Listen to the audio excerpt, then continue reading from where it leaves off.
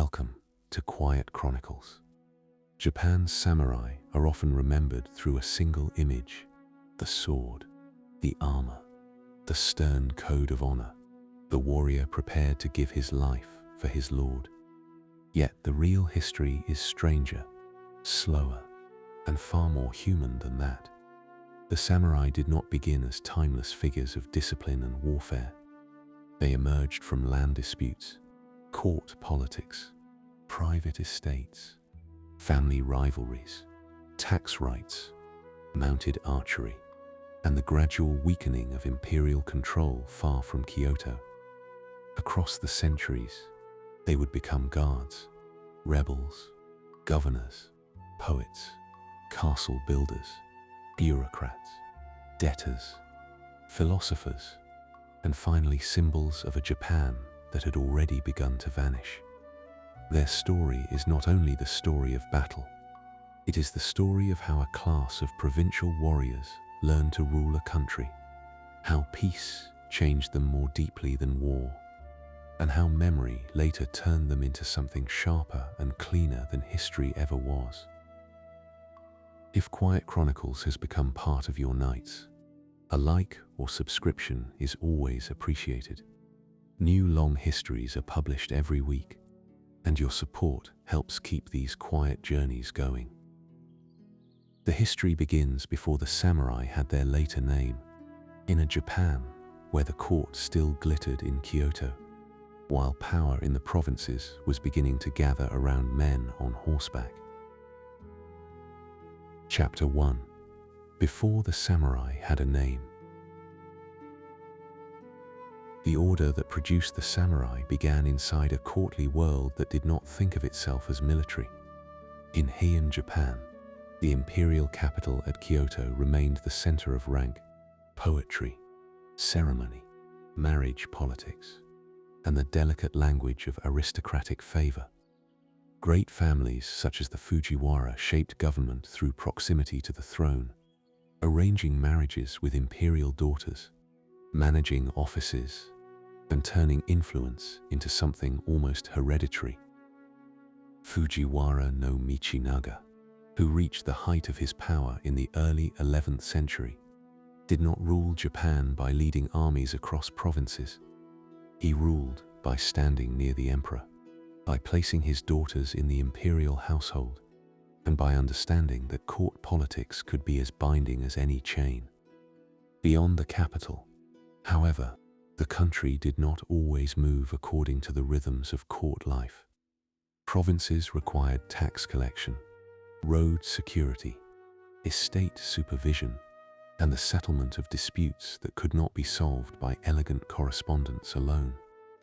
The imperial government appointed provincial officials, but distance softened command, and local families learned that the man who could gather mounted followers often mattered more than the man whose authority looked grander on paper. Power did not vanish from Kyoto, but it became harder to enforce without intermediaries. In that gap, the earliest warrior families began to matter. A samurai, in the later imagination, appears as a man defined by sword and code. The earlier reality was less polished and more practical. These men were often bushi, warriors tied to land, horses, bows, household retainers, and service to more powerful patrons. Their authority grew from tasks that had to be done: guarding estates, escorting officials, collecting revenues, suppressing banditry, and defending claims in places where documents alone could not hold a boundary. It is worth noticing how ordinary the beginnings were. A class later wrapped in ideas of honor and self-command first took shape through land management, family interest, and the need for force at the edge of administration. The shogun estate system helped create this world. These private or semi-private estates were often connected to aristocrats, temples, shrines, or members of the imperial family, and many gained exemptions from ordinary provincial taxation. A great noble in Kyoto might receive income from land he rarely saw, while a local manager or armed deputy handled the difficult work on the ground. Boundaries had to be defended, harvests had to be counted, peasants had to be kept within obligations, and rival claimants had to be answered. The estate document and the mounted retainer belonged to the same political order, because one declared rights and the other helped make those rights real. Mounted archery stood near the center of early warrior skill. The bow, not the sword, was the great weapon of the early Japanese mounted warrior, and training required wealth, time, horses, and a household able to support such discipline. Armor was shaped for a rider's movement, with large shoulder guards and laced plates that could protect without turning the body into a rigid shell. A warrior's name often tied him to a place, because local identity mattered in a world where family, land, and service overlapped. The great court still bestowed ranks and titles, but a man's strength in the provinces rested on who would ride with him, who owed him loyalty, and which fields, roads, and storehouses lay within his reach. The court did not simply ignore these men. It used them, rewarded them, and sometimes feared them. Provincial warriors could receive court titles that gave their local power a higher polish, and ambitious families understood that recognition from Kyoto still carried weight. The early Bushi were not outsiders breaking into Japanese history from beyond civilization. They were inside the system, serving it, stretching it, and slowly changing the balance within it. Their rise came not from rejecting the court, but from becoming necessary to it. Taira no Masakado showed how unsettling that necessity could become. In the first half of the 10th century, Masakado belonged to a branch of the Taira family in the Kanto region, far to the east of Kyoto. His disputes began in the familiar soil of local rivalry, family conflict, land claims, and quarrels over authority. Such conflicts were not unusual, but Masakado's power grew beyond a private feud. He gathered followers, defeated rivals, and challenged provincial offices with a confidence that made the court's distant authority look thinner than it wished to appear. The most striking part of Masakado's rebellion was not only that he fought, many men fought. The striking part was the language of rule that gathered around him. Later accounts describe him taking the title of a new emperor in the East, a claim that turned provincial violence into something symbolically dangerous. Kyoto could tolerate disorder more easily than rival sovereignty. A mounted leader with local backing was one problem. A man presenting himself as an alternate center of authority was another. Masakado was eventually defeated and killed in 940, and his rebellion did not create a lasting Eastern court. Yet it left behind an early warning about the political possibilities of armed provincial power. The court's response restored order, but it did not remove the conditions that had made Masakado dangerous. The provinces still required force. Estate claims still multiplied. Local families still gained skill in the management of violence, and their usefulness did not disappear because one rebel had failed. In the long memory of warrior history, Masakado became a restless figure, sometimes feared, sometimes honored, and often remembered as more than a failed provincial rebel.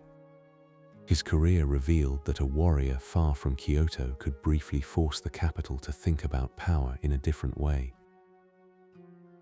Other warrior families moved more carefully. The Taira and the Minamoto both descended from imperial lines that had been branched away from the throne and given family names, a practice that reduced the number of imperial dependents while creating aristocratic houses with distinguished origins. Over time, members of these houses took on military responsibilities in the provinces. Their imperial ancestry mattered, But ancestry alone did not make them powerful. What mattered was the combination of name, office, armed following, provincial connection, and the ability to serve court interests while increasing family strength. The Minamoto and Taira were not yet the red and white banners of later epic memory in their earliest form. They were broad lineages with multiple branches, rivals within as well as against one another, and careers shaped by appointments, marriages, and local alliances. Some served as governors, some suppressed rebellions, some guarded the capital. Through such service, they acquired reputations that traveled farther than ordinary provincial names. The court needed men who could fight, but each act of reliance gave warrior families more standing. Kyoto's aristocrats often looked down on rough provincial habits, yet they could not entirely dismiss the men who kept order where polished language had little reach. This tension became one of the quiet engines of Japanese history. The court possessed legitimacy, ceremony, and the power to name. The warriors possessed horses, retainers, local knowledge, and the ability to enforce. Neither side could simply replace the other.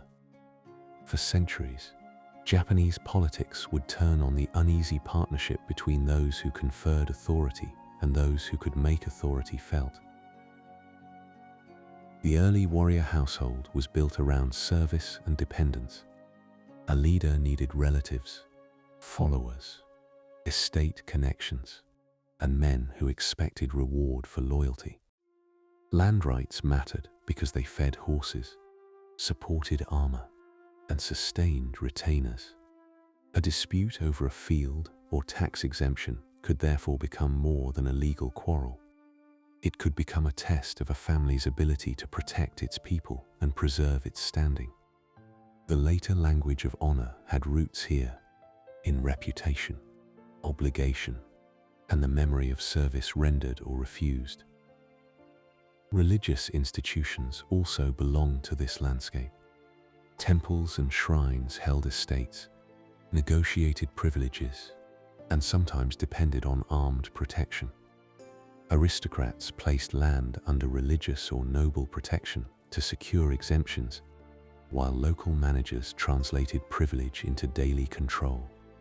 The boundaries between sacred authority, court favor, and warrior enforcement were not always clean. A warrior might serve a noble house, protect a temple estate, pursue a family feud, and seek court recognition in the same career. This layered world made the rise of the samurai gradual rather than sudden. Language itself changed slowly. The word samurai came from a verb meaning to serve, and its later grandeur was not present all at once. Service lay at the heart of the identity. Service to a lord, to a household, to an estate, to an office, to a chain of obligations that could be personal as well as political. The older meaning never entirely disappeared, even after the class became powerful enough to command the country. During the 11th and 12th centuries, the court's reliance on warrior houses deepened. Retired emperors, aristocratic factions, temple powers, and provincial governors all had reasons to seek armed support. Private disputes at the top of society increasingly drew military families toward the center. The distance between a court quarrel and a battlefield narrowed. A succession disagreement or palace rivalry could pull in men whose fathers and grandfathers had built reputations in the provinces, and once warriors entered high politics, they did not easily return to being mere servants at the edge of the state. The Taira and Minamoto stood ready inside that changing world. Their names had gathered enough weight that court conflict could no longer be settled without them. The old order still spoke in the language of rank, robe color, office, and imperial favor, But beneath that language, another grammar had formed, one made of retainers, estates, oaths, and armed households. Japan had not yet become a warrior government. Kyoto had not yet yielded its central place in the imagination of rule. But the men who would change the country were already close enough to the palace to be useful, and strong enough in the provinces to become dangerous.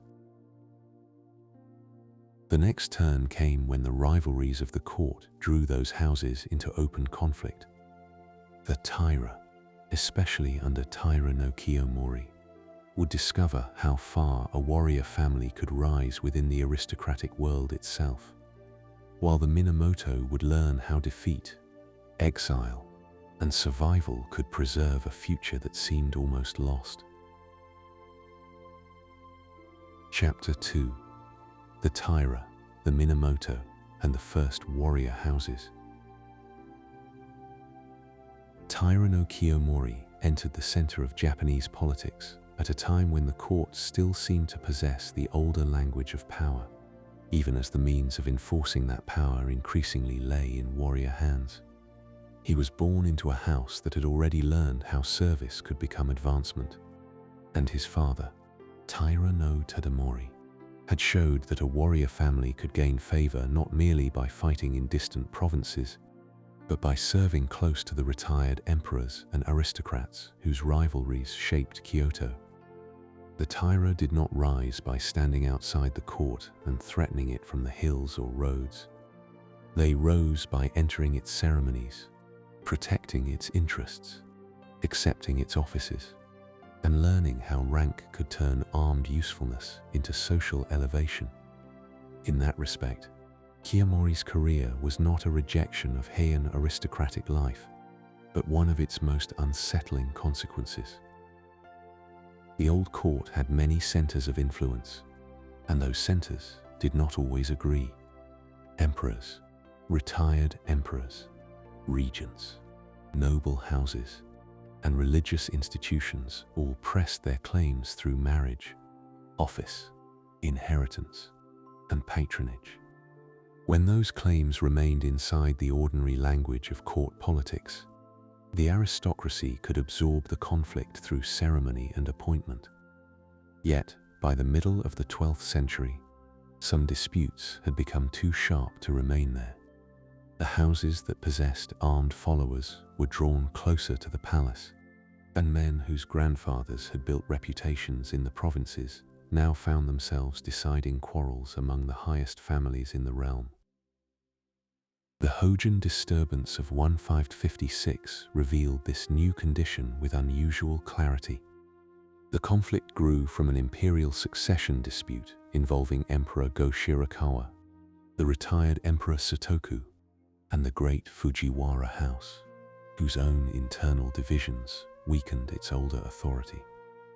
Taira no Kiyomori and Minamoto no Yoshitomo both fought on the side that supported Go-Shirakawa, and their victory settled the immediate struggle. The disturbance was brief, but its meaning was large. A court dispute had been resolved through warrior force, and the men who supplied that force could not be treated as ordinary servants afterward. Still, victory did not make the Taira and Minamoto equal in the long run. Kiyomori proved more capable at converting service into position.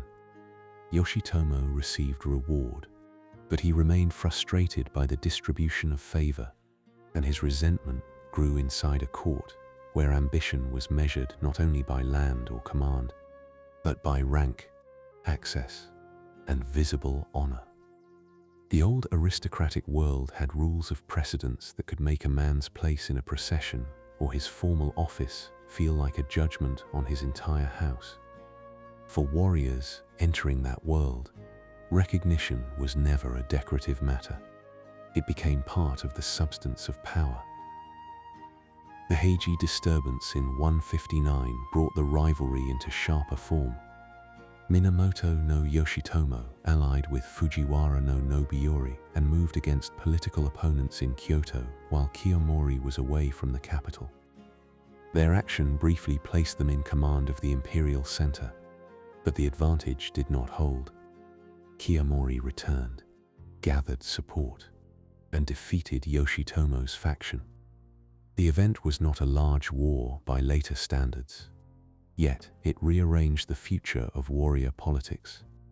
The Minamoto leader was killed while trying to escape eastward, and the Taira stood nearly unrivaled at court. Kiyomori's victory after the Heiji disturbance deserves close attention because it showed a new kind of warrior success. He did not merely defeat an enemy and withdraw to provincial strength.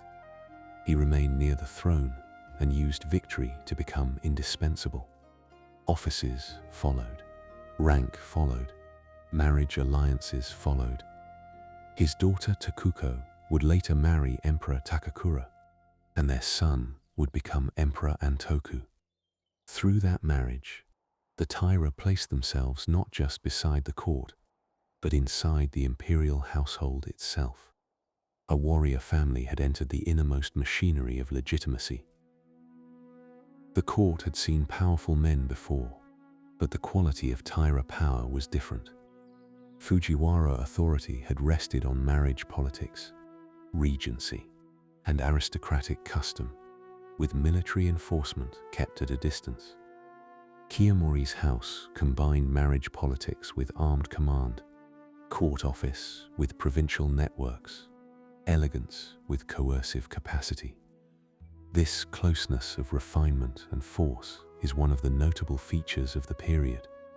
The same man could sponsor temples, sit within court hierarchy, command warriors, arrange imperial marriages, and terrify rivals who understood that defeat no longer meant a lost office alone. The Taira also adopted many of the visible habits of courtly life. They wore court dress, received ranks, built residences, patronized religious institutions, and participated in the cultural forms that marked aristocratic belonging. Their rise was not the arrival of crude soldiers among delicate nobles.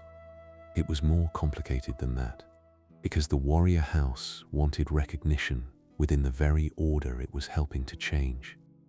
Kiyomori's success depended on that double movement. He needed the court's prestige, and the court increasingly needed his strength. For the defeated Minamoto, the consequences were severe but not final. Yoshitomo's death removed the head of the house, and several of his sons were killed or forced into religious life. Yet one decision, made within the politics of mercy, calculation, and aristocratic influence, preserved the most important survivor. Minamoto no Yoritomo, still young, was spared execution and sent into exile in Izu, far from the central stage of Kyoto. Exile could be a form of erasure, but it could also keep a name alive. In a world where dissent mattered, a spared child might become a quiet problem for the victors many years later. Yoritomo's survival did not look decisive at first. He was watched, limited, and politically distant from the capital. The Taira had little reason to think that a boy in exile would undo their achievements, and Kiyomori's attention belonged to the larger work of managing court politics, family advancement, and provincial authority. Yet exile gave Yoritomo time. It placed him among Eastern warrior families whose own interests did not always align with Taira dominance. He grew into adulthood away from Kyoto ceremonies, but not away from the networks of armed service that would later matter more than court elegance. The red and white banners, later associated with the Taira and Minamoto, became powerful symbols in literary memory, especially in the stories that looked back on their struggle as a great tragic contest. The historical reality beneath those colors was less simple. Branches of warrior families could quarrel among themselves, shift allegiance, or serve interests that did not match the later epic division. Still, the rivalry between the houses became a way of describing a broader change in Japanese history. The Taira represented the first great warrior house to dominate the court from within, while the Minamoto would eventually represent a different model, one that placed warrior government at a greater distance from Kyoto. Kiyomori's authority reached its height in the 1160s and 1170s. He became the first warrior to hold the office of Daijo Daijin, the Grand Minister of State, though his tenure was brief. The title itself mattered because it placed a man of warrior background at the summit of formal court office. Such elevation did not erase the unease surrounding him. Aristocrats could accept his service and resent his prominence at the same time. Religious institutions, rival nobles, and members of the imperial family all had reasons to fear a house whose influence seemed to grow year by year. The Taira presence in Kyoto was therefore both brilliant and vulnerable. Their closeness to the throne gave them legitimacy, but it also made them responsible for every resentment that gathered around the court. Their wealth and offices made them visible. Their marriage ties made them powerful. Their armed followers made them dangerous. A family that rises quickly inside an old order often carries two burdens at once. It must prove that it belongs, and it must answer the anger created by its success. Kiyomori managed this tension with considerable force, but force did not make the tension disappear. In 1179, Kiyomori placed retired Emperor Go Shirakawa under confinement after relations between them deteriorated, a move that showed how far Taira power had extended and how openly it could now press against the older imperial framework. Go Shirakawa had been a master of political survival, moving through rivalries with the flexibility of a man who understood the court's hidden passages of influence. To confine such a figure was not a minor gesture. It announced that Kiyomori's family could act against the retired emperor himself when its position seemed threatened. This was also the moment when Taira power began to look less like protection and more like domination. The distinction mattered. A warrior house could gain acceptance by serving the court against disorder, but it invited wider opposition when it appeared to make the court its possession. In 1180, Prince Mochihito, a son of Go Shirakawa, issued a call to arms against the Taira, and although the first response was uneven, the call gave anti-Taira feeling a form around which warriors could gather. Among those who received the call was Minamoto no Yoritomo in Izu, the spared child of the Heiji defeat, now old enough to act. Yoritomo's first steps were uncertain. His early rising against the Taira suffered a defeat at Ishibashiyama, and his survival depended on flight, concealment, and support from Eastern allies. Yet the eastern provinces offered what Kyoto could not easily control: networks of local warrior families with grievances, ambitions, and memories of Minamoto ties. Yoritomo's value lay not in personal brilliance on the battlefield, but in his ability to become the center around which those families could organize. He understood reward, recognition, and the binding force of service. These were the same materials from which warrior power had been growing for generations. Kiyomori died in 1181, before the conflict had reached its end. His death removed the figure whose ambition and authority had held the Taira position together, though the house still possessed rank, forces, and the young Emperor Antoku. The struggle that followed would not merely decide which family stood highest at court. It would determine whether warrior power remained inside the old aristocratic frame or developed a new center beyond it. The Minamoto had survived defeat, and survival now turned into opportunity. The first great warrior houses had therefore taken two different paths through the same changing world. The Taira climbed into the court, married into imperial blood, and showed that armed service could become aristocratic supremacy. The Minamoto, broken and scattered after Heiji, carried their future into exile, provincial alliance, and Eastern military organization. Between them lay the shape of the next conflict, not only a feud of families, but a decision about where power in Japan would rest. That decision began to unfold in the Genpei War, where Yoritomo's political patience and Yoshitsune's military fame would bring the Taira world toward its end. Chapter 3: The Genpei War and the Birth of Kamakura Power. The Genpei War began with the kind of family rivalry that later memory would polish into legend, but its deeper importance lay in the new political machinery that grew around the fighting. The Taira still held the court, the child emperor Antoku, and the prestige that came from their closeness to Kyoto. The Minamoto, by contrast, had no comparable place inside the capital when the conflict opened, and their strength rested on the gathering of eastern warriors under Minamoto no Yoritomo.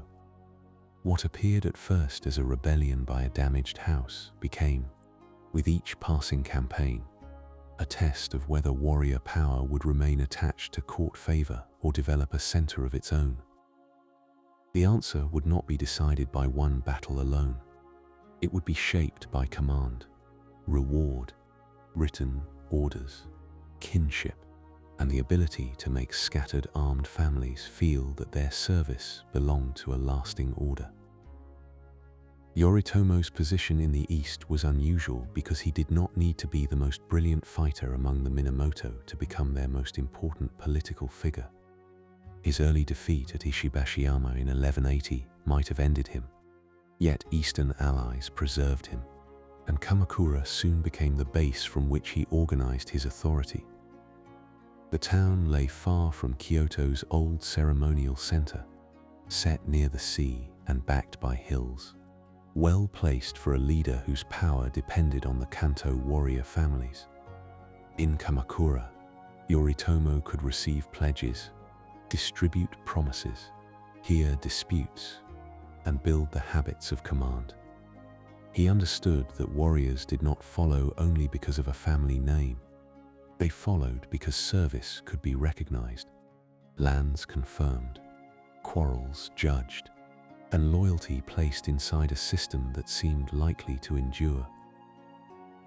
The Taira position, meanwhile, carried the burden of its earlier success. Their control of the court gave them legitimacy, but it also tied them to every resentment against Kiyomori's dominance. Their enemies could present opposition to the Taira as more than a family quarrel, because the house had seemed to possess the imperial center too closely. Prince Mochihito's earlier call to arms had failed in immediate military terms, but it helped give anti-Taira resistance a language of legitimacy.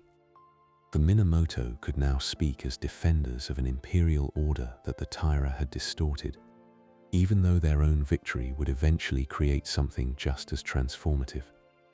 Medieval politics often moved through this kind of contradiction, where rebels claimed to restore the old order while building a new one.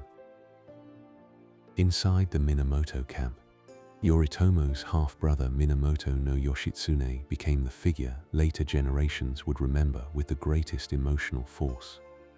His youth had been shaped by the aftermath of defeat, and stories about him would later gather around exile, training, elegance, and military daring.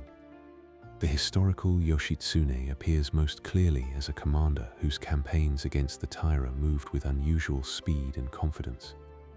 Yet his fame also became dangerous, because a new political order could not easily tolerate a warrior whose personal glory might rival the man building the institutions of rule. That tension did not matter at the beginning. During the war itself, Yoshitsune's skill served the Minamoto cause.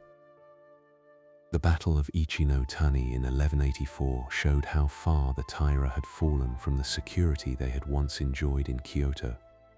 After earlier reverses, they had withdrawn westward, taking Emperor Antoku with them and maintaining their claim through possession of the imperial person and regalia. Their position at Ichi-no-Tani, near the coast, was protected by terrain and by the expectation that an attack would come along more ordinary lines. The Minamoto commanders, including Yoshitsune and Noriori, pressed against them from more than one direction.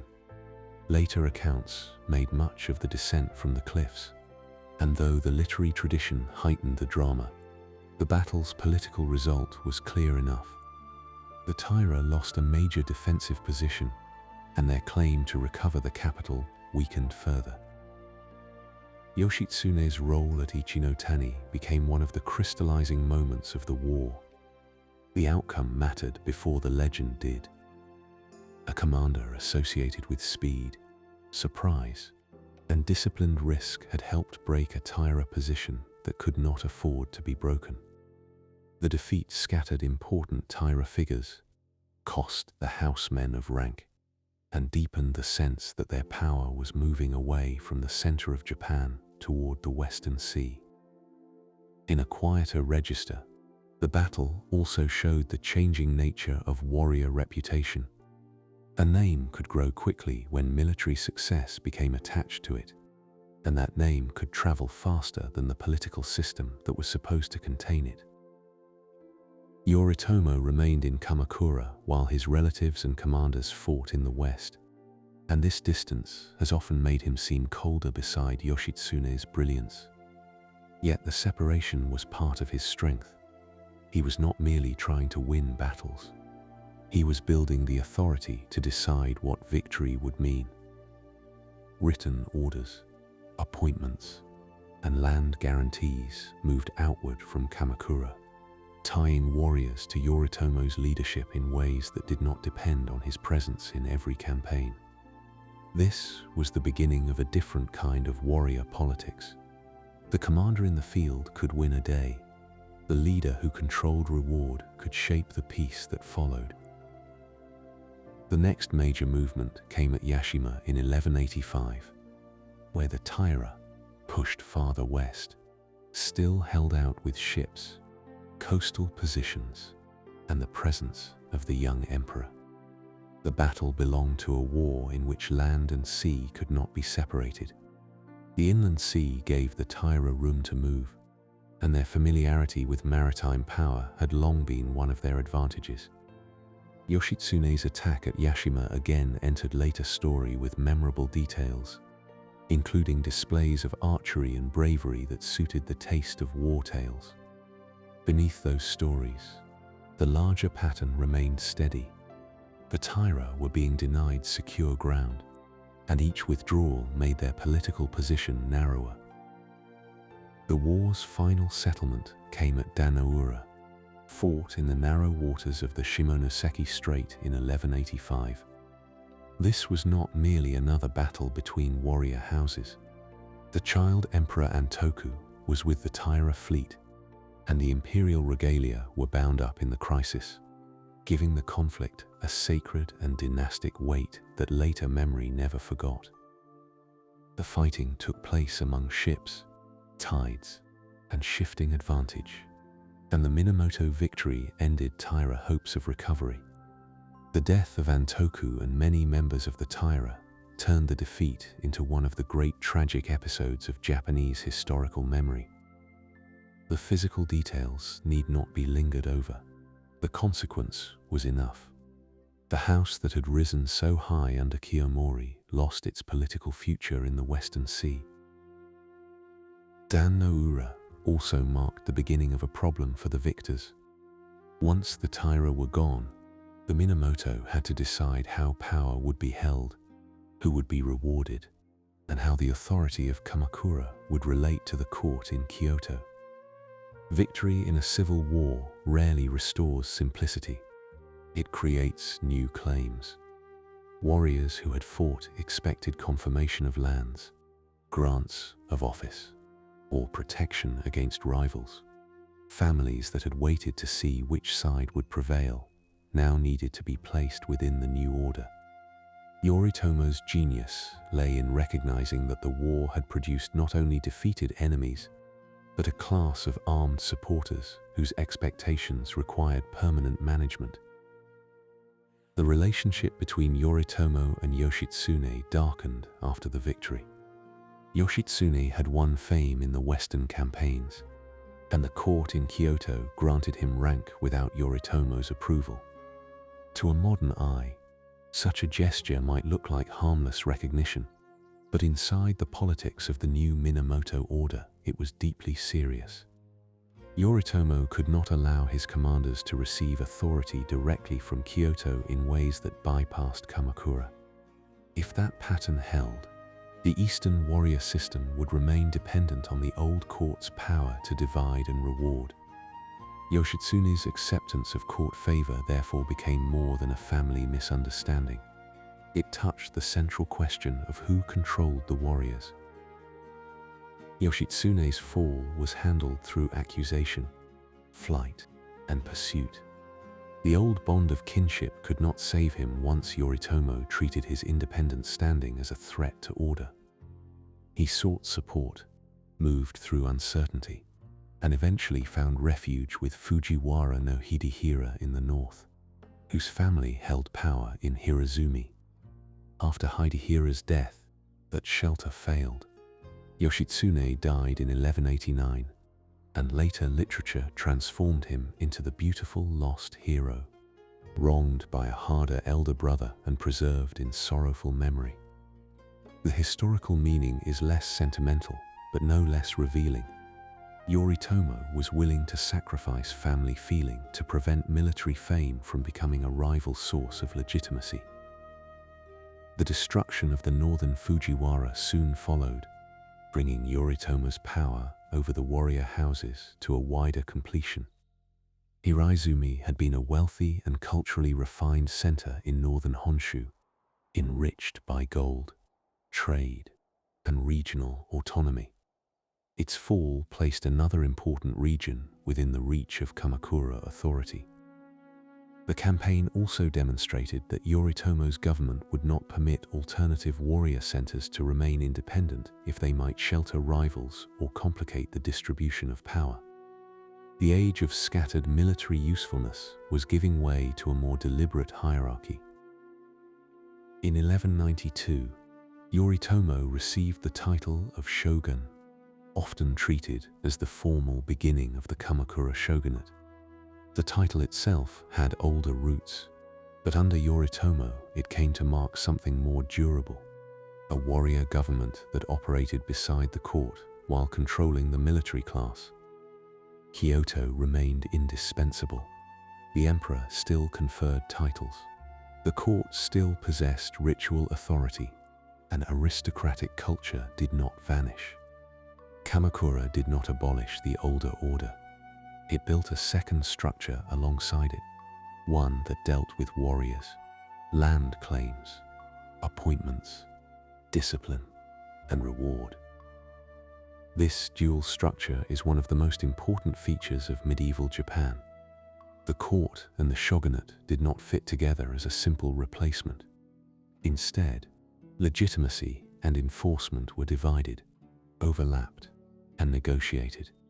The emperor's court could still name and sanctify authority, while Kamakura increasingly managed the men who carried arms and held provincial power. Such arrangement might appear unstable, yet it endured because both sides possessed something the other still needed.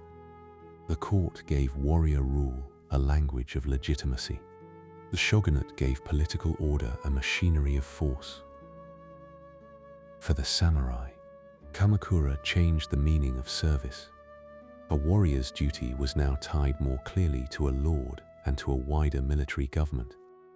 The bonds were personal, but they were also administrative.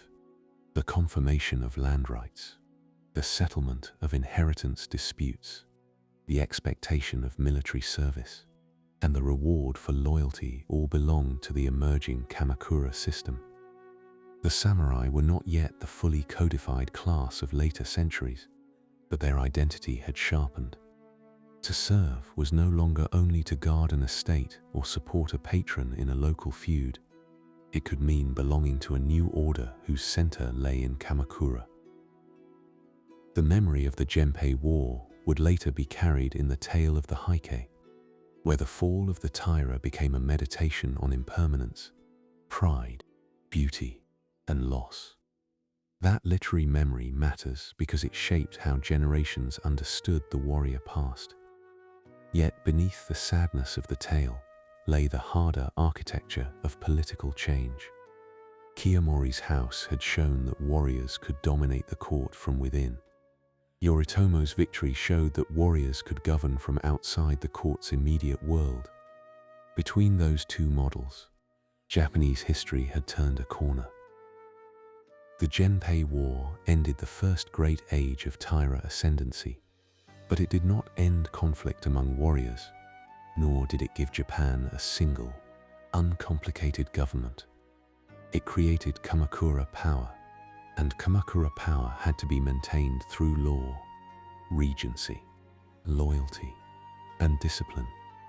Yoritomo's own line would prove fragile after his death, and the family that learned to rule behind the shogun would not be the Minamoto for long. The next chapter of samurai history therefore belongs not only to victorious warriors, but to the Hojo, to widows and regents, to imperial challenge, and to the quieter authority of written law. Chapter 4: Kamakura Rule and the Discipline of Service. Kamakura's distance from Kyoto mattered almost as much as the victories that had brought Minamoto no Yoritomo to power. The old capital still held the emperor, the great court families, the ritual language of rule, and the cultural prestige that made authority feel ancient. Kamakura, set to the east and protected by hills, belonged to a different political geography. It was close to the warrior families whose mounted service had sustained Yoritomo, and far enough from Kyoto to let the new military government develop habits of its own. From this place, the shogunate could speak to the court with respect, while speaking to its retainers with command. Yoritomo's government rested on a relationship that was personal, practical, and increasingly institutional.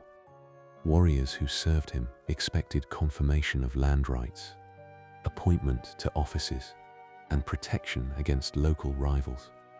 In return, they owed military service, loyalty, and obedience to the judgments that came from Kamakura.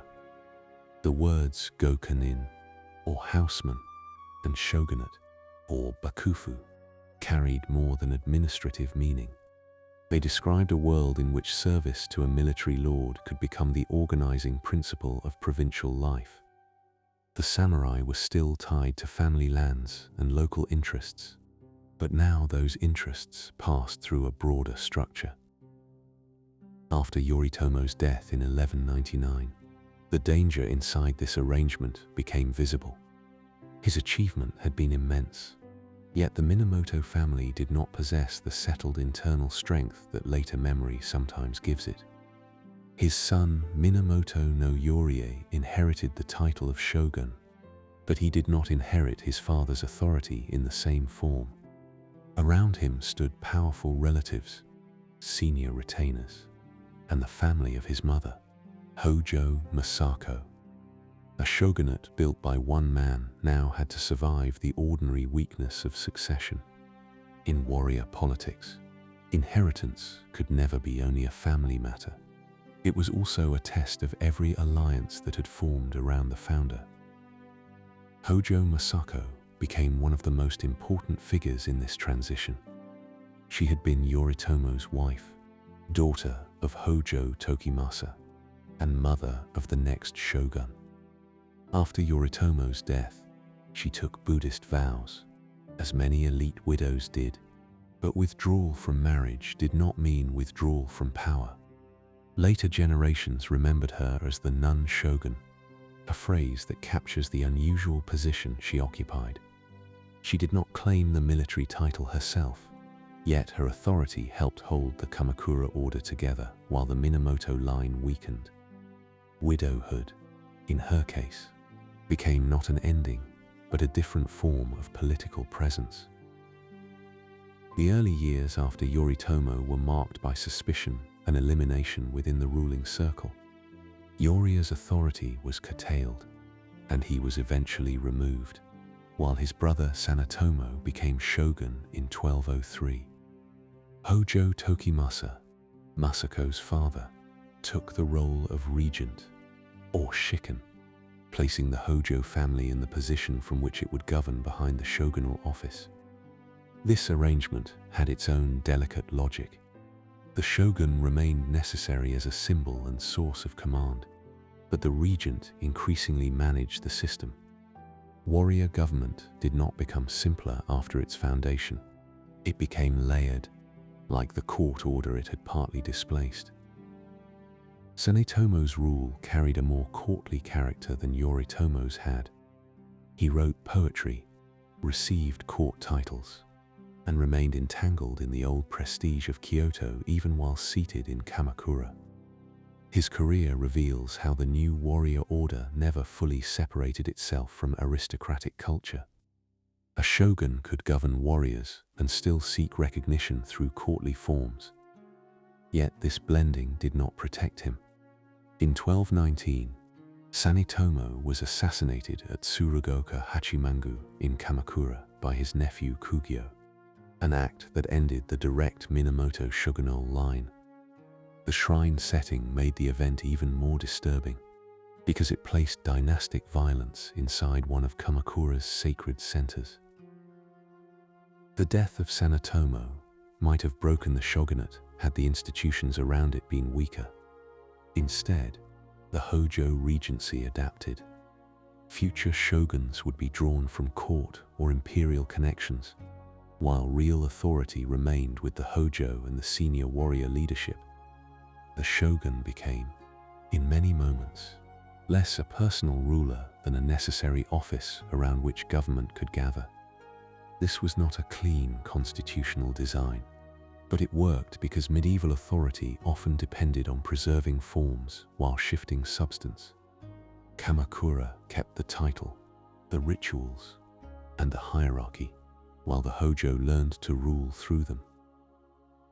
The great test of this arrangement came with the Jokyu War of 1221. Retired Emperor Go-Toba had watched the growth of Kamakura power with hostility, and Sanetomo's death appeared to offer an opening. If the shogunate's founding family had ended, perhaps the court could recover practical command over the warriors. Go-Toba issued orders against the Hojo, seeking support from military men who might prefer imperial authority or resent Kamakura control. The challenge struck at the heart of the divided order created after the Genpei War. It asked whether the court's older legitimacy could still summon force against the Eastern military government. Hojo Masako's response became one of the defining moments of early Kamakura rule. She addressed the shogunate's retainers, reminding them of Yoritomo's favors and of the lands and status they held because of his victory. The exact words are known through later sources, shaped by memory and political meaning, but the substance is clear enough. She framed loyalty to Kamakura not as rebellion against the emperor, but as repayment of obligation to the house that had raised these warriors and secured their rights. The appeal worked because it touched the real foundation of the shogunate. Land, reward, and remembered service bound the Gokunin more firmly than distant court command. The Kamakura army moved against the court and won quickly. Go-Toba's forces could not match the organization and resolve of the Eastern warriors, and the defeat changed the balance between court and shogunate. The retired emperor was exiled to the Oki Islands, and other imperial figures were also punished. Kamakura placed new officials in the west, including the Rokuhara Tandai in Kyoto, to watch court politics and manage shogunal interests near the capital. The victory did not abolish the imperial institution. It did something more practical. It made clear that the court could not overturn the warrior government by command alone. Law then became one of Kamakura's quieter instruments of power. In 1232, under Hojo Yasutoki, the shogunate issued the Goseibai Shikimoku, often translated as the Formulary of Adjudications. Its articles addressed land rights, inheritance, duties of officials, crimes, disputes among warriors, and the expectations that bound retainers to authority. The document did not try to replace every older legal tradition in Japan. It was shaped especially for the warrior class and for the problems Kamakura had to solve. That restraint is part of its importance. It shows a government learning to define the world it actually controlled. The Goseibai Shikimoku also reveals what samurai rule often meant in daily practice. It was not a continuous series of battles.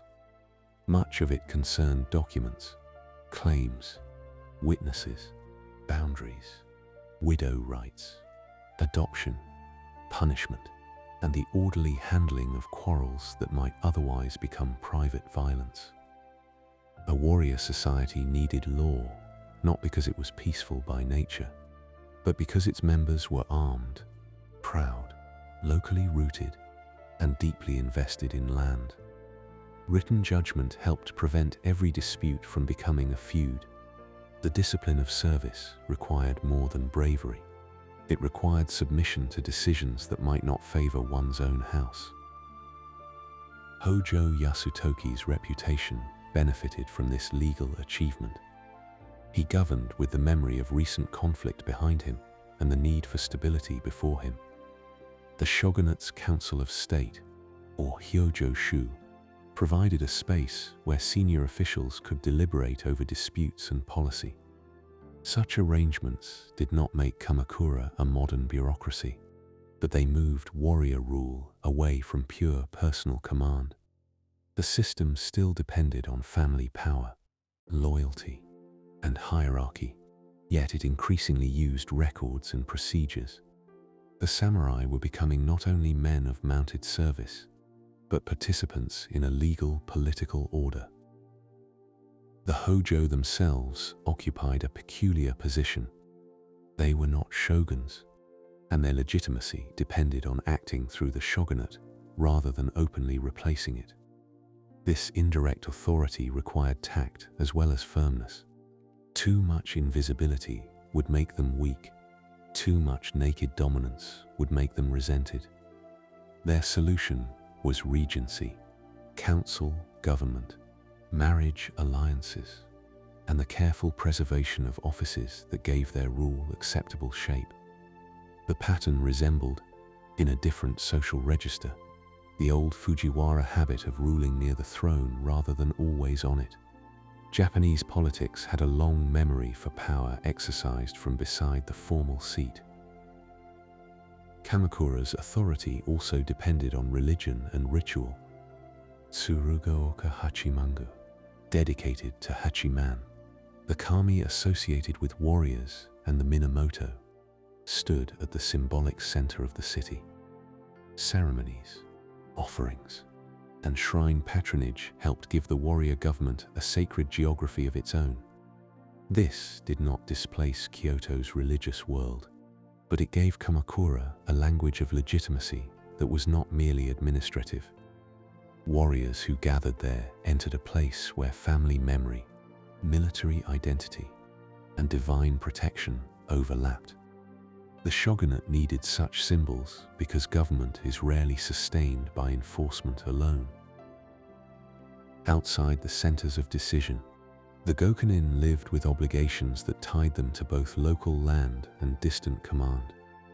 They might be called for guard duty, military campaigns, or service connected to shogunal affairs.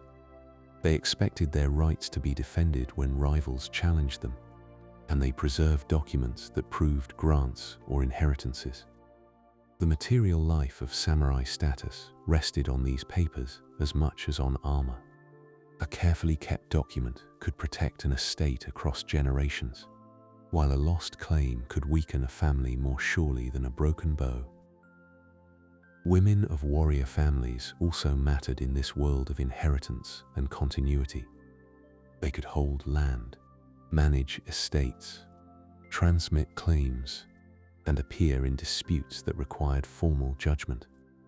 Hojo Masako's prominence was exceptional, but it did not appear from nowhere.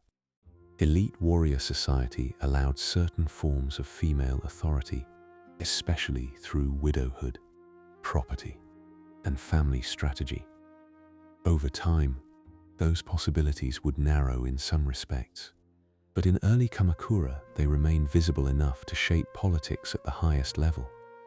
The samurai order was patriarchal, yet its actual workings often depended on women who preserved houses, arranged alliances, and guarded inheritance. The Jokyu victory and the Gosi by Shikimoku gave Kamakura a firmer shape than Yoritomo alone had left behind. The shogunate had defeated an imperial challenge, survived the extinction of its founding line, and written rules for the warrior class it governed. It had also expanded its reach westward and made the court more cautious. Yet strength brought its own dependence. The Gokunin served because service promised protection and reward.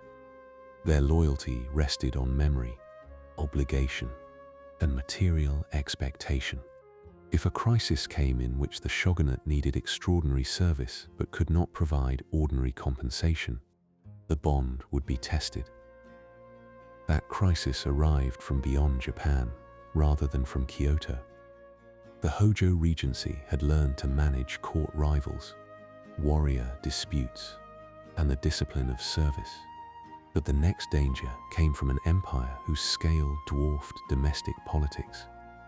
Mongol envoys would cross the sea with demands that Japan enter Kublai Khan's world order, and the refusal of those demands would bring Kamakura face to face with invasions unlike any conflict the samurai had yet known. Chapter 5: The Mongol Storms and the Cost of Defense. Hojo Tokimune inherited a government that had already survived court rebellion, internal succession troubles, and the long work of turning warrior service into law. The Kamakura shogunate had become disciplined enough to command retainers across much of Japan, and the Hojo Regency stood at the center of that discipline.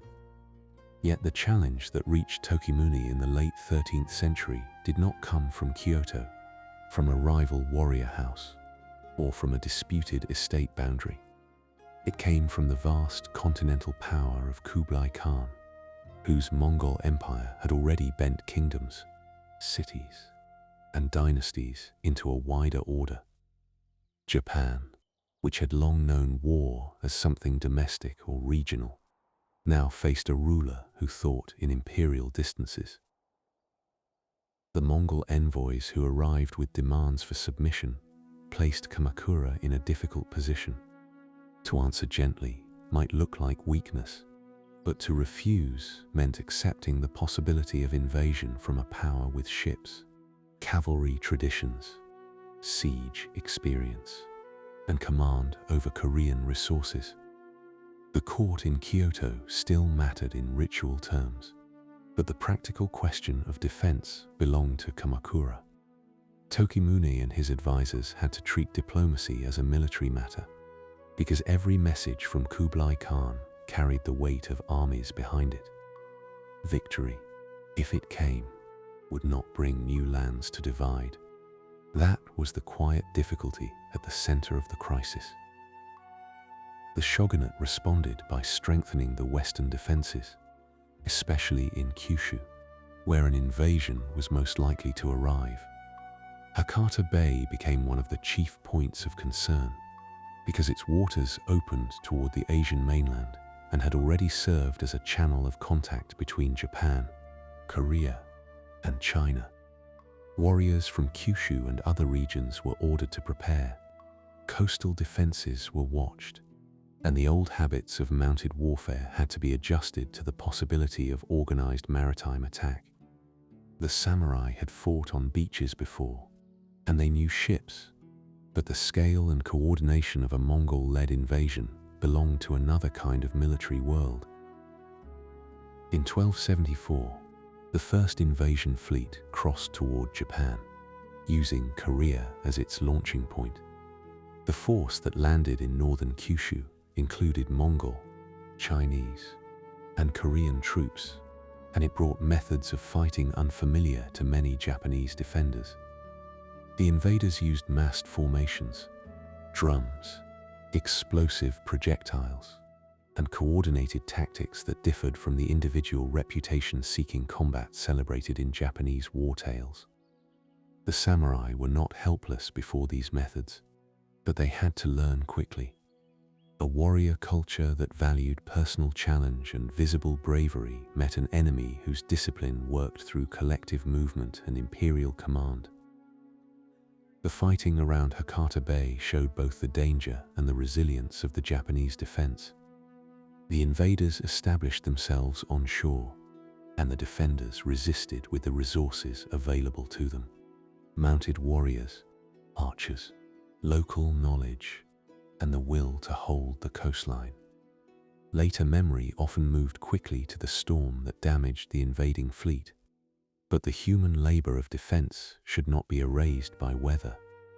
Men had been ordered away from their lands, families had equipped them, horses and armor had been carried toward the threatened coast, and local commanders had to hold together forces that did not yet know what the full invasion would become.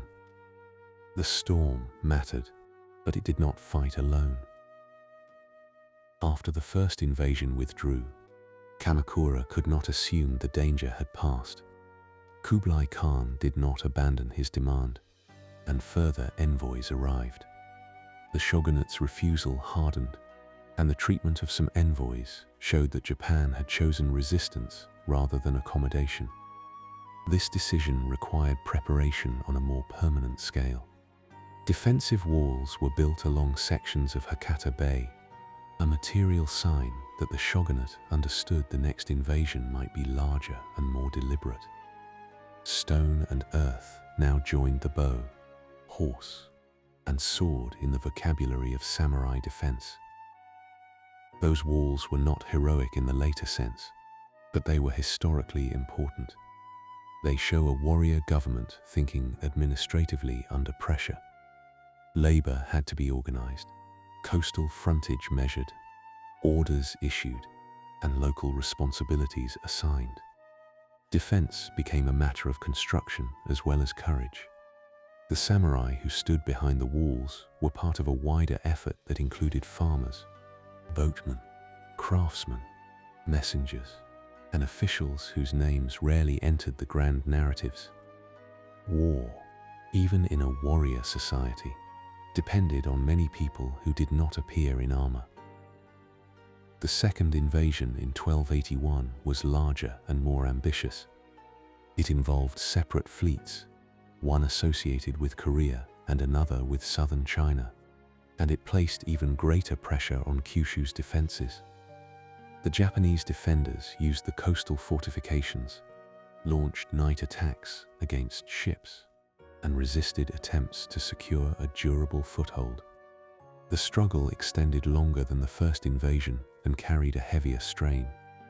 Supplies, vigilance, and repeated service weighed on the warrior houses. In this second crisis, the samurai were not only proving bravery, they were enduring the demands of organized defense over time. Hojo Tokimuni's role in the crisis was both political and spiritual. He is often associated with Zen discipline, and later accounts connected his composure to the teachings of the Chinese monk Mugaku Sogen. These stories should be handled carefully, because memory has a way of making a ruler's calm appear cleaner than life itself. Still, Tokimuni's leadership mattered. He had to maintain unity among warriors, refuse submission, prepare defenses, and keep the authority of Kamakura steady while the threat remained uncertain. A regent who appeared hesitant could weaken the system before any enemy landed.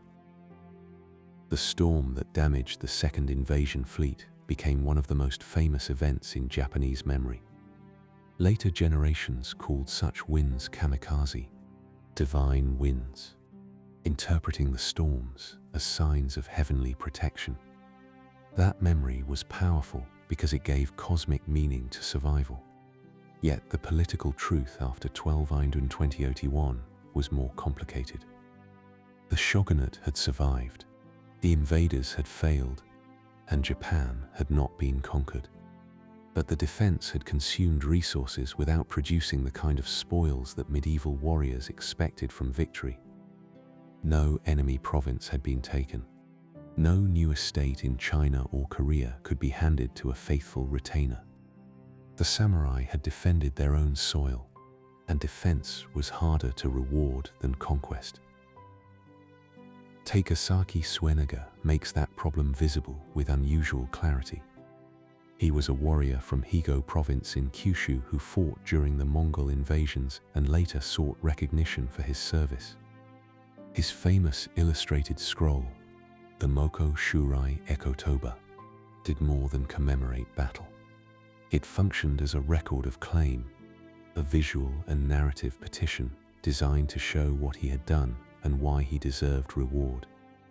In a world where service and compensation were bound together, memory itself could become evidence.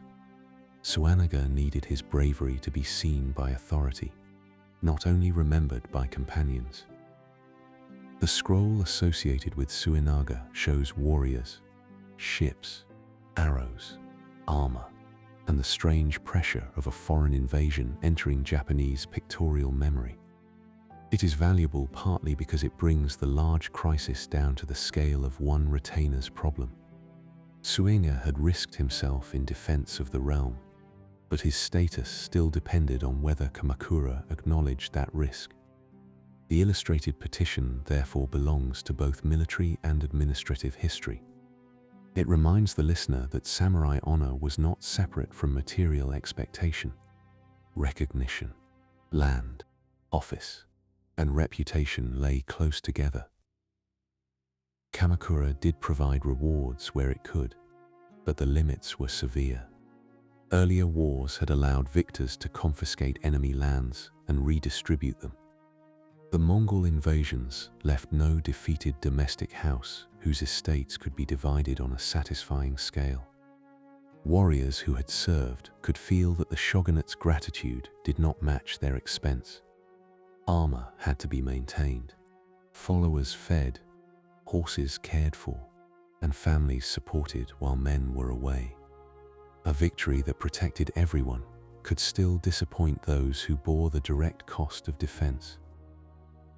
This disappointment did not immediately destroy the Kamakura order. Institutions rarely fall the moment their weaknesses appear. The shogunate still possessed authority, the Hojo still governed, and the memory of successful resistance gave the regime prestige. But beneath that prestige lay a change in feeling among some retainers. The bond between lord and warrior had always depended on more than sentiment. If service no longer reliably produced reward, then loyalty could remain honorable while becoming less secure. The shogunate had asked much of its warriors, and in many cases could not answer them in the old language of compensation. The invasions also widened Japan's sense of the outside world. The court and shogunate had always known of China and Korea through trade, religion, texts, and diplomacy, but the Mongol threat made continental power immediate in a harsher way. Buddhist monks, merchants, envoys, and seafarers had long crossed cultural boundaries. Now those same seas had carried warships. The samurai class, formed through domestic land and service, had been forced to defend Japan against an empire whose ambitions stretched across Asia. This encounter did not make Japan isolated. It made the sea feel both protective and dangerous.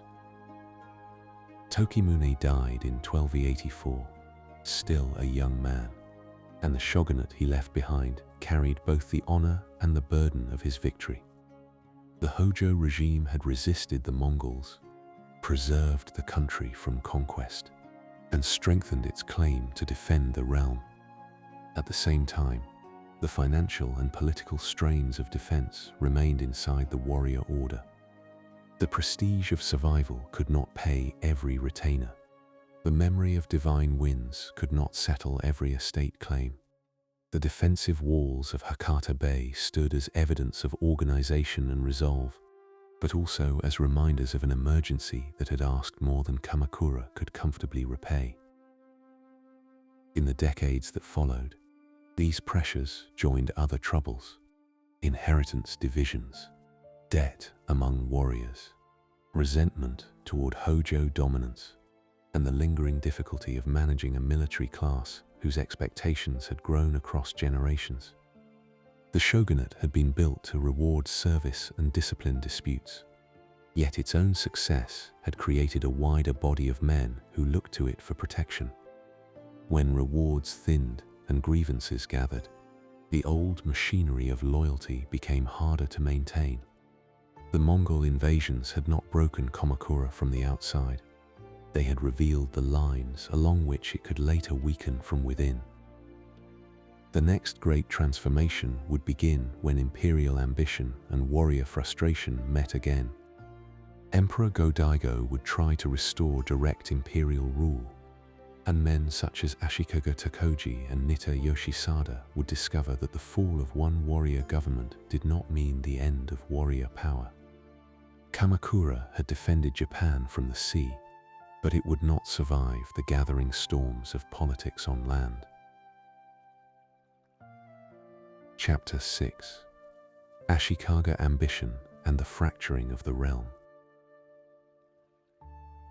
The fall of Kamakura did not begin as a single clean break. It gathered from many pressures that had been moving through the warrior order for decades: unrewarded service after the Mongol invasions, divided inheritances, debt among retainers, resentment toward Hojo dominance, and the difficulty of maintaining loyalty when the shogunate could no longer satisfy the expectations it had taught its followers to hold. Kamakura still possessed offices, law, and the prestige of past victories, but authority can remain formal after confidence has started to thin. The Hojo Regency had mastered the art of ruling behind the shogun. It had not found an answer to the deeper problem of a warrior class whose service had become harder to reward. Emperor Go-Daigo saw in this weakness a chance to recover direct imperial rule. He was not content to remain a ceremonial figure within a system where practical military authority belonged to Kamakura. His ambition reached backward toward an older imperial ideal, but it also had to work through the political realities of his own century. To challenge the shogunate, he needed warriors. That dependence created the central difficulty of his restoration before it had even begun. A ruler seeking to reduce warrior power could not easily succeed without asking powerful warriors to help him. The first attempts against Kamakura failed and brought punishment. Go-Daigo was exiled to the Oki Islands after the shogunate uncovered his plans, a punishment that recalled earlier imperial defeat after the Jokyu War. Yet, exile did not end the matter. Support for the emperor continued to form among men who had their own reasons to oppose Hojo authority, and the religious houses, court circles, and warrior families around him did not all move from the same motive. Some believed in imperial restoration, others saw opportunity. In medieval politics, a shared enemy could briefly make unlike ambitions appear united. Among the figures who gathered around the imperial cause was Kusunoki Masashige, remembered later as a model of loyalty to Go-Daigo. His defense of Chihaya Castle in 1333 became one of the famous episodes of the struggle. The castle itself was not vast, but its resistance mattered because it exposed the limits of Kamakura's coercive reach. A smaller force, well placed and stubbornly directed, could draw attention, delay larger armies, and strengthen the impression that the old shogunate was no longer irresistible. The symbolism of resistance began to work alongside its military value. Nitta Yoshisada then carried the challenge directly against Kamakura. In 1333, he led forces toward the shogunal capital and attacked the city that had been the center of warrior government since Yoritomo. Kamakura's geography, once an advantage, could not save it when enough enemies converged and confidence failed among those meant to defend it. The Hojo leadership collapsed, and many members of the family died as the city fell. The end of Kamakura was not merely the defeat of a ruling house, it was the closing of the first durable warrior government in Japan. For Go-Daigo, the fall of Kamakura seemed to open the way for the Meiji Restoration. He returned to power with the intention of re-centering government around the emperor and the court. Offices were rearranged, rewards were distributed, and imperial authority was presented as the proper source of rule. Yet the restoration faced an immediate and dangerous arithmetic. Too many warriors had served the anti-Hojo cause, and they expected land, position, or recognition for their service. The old shogunate had failed partly because it could not reward men adequately. Go-Daigo now inherited the same expectation, but without a system designed to satisfy it.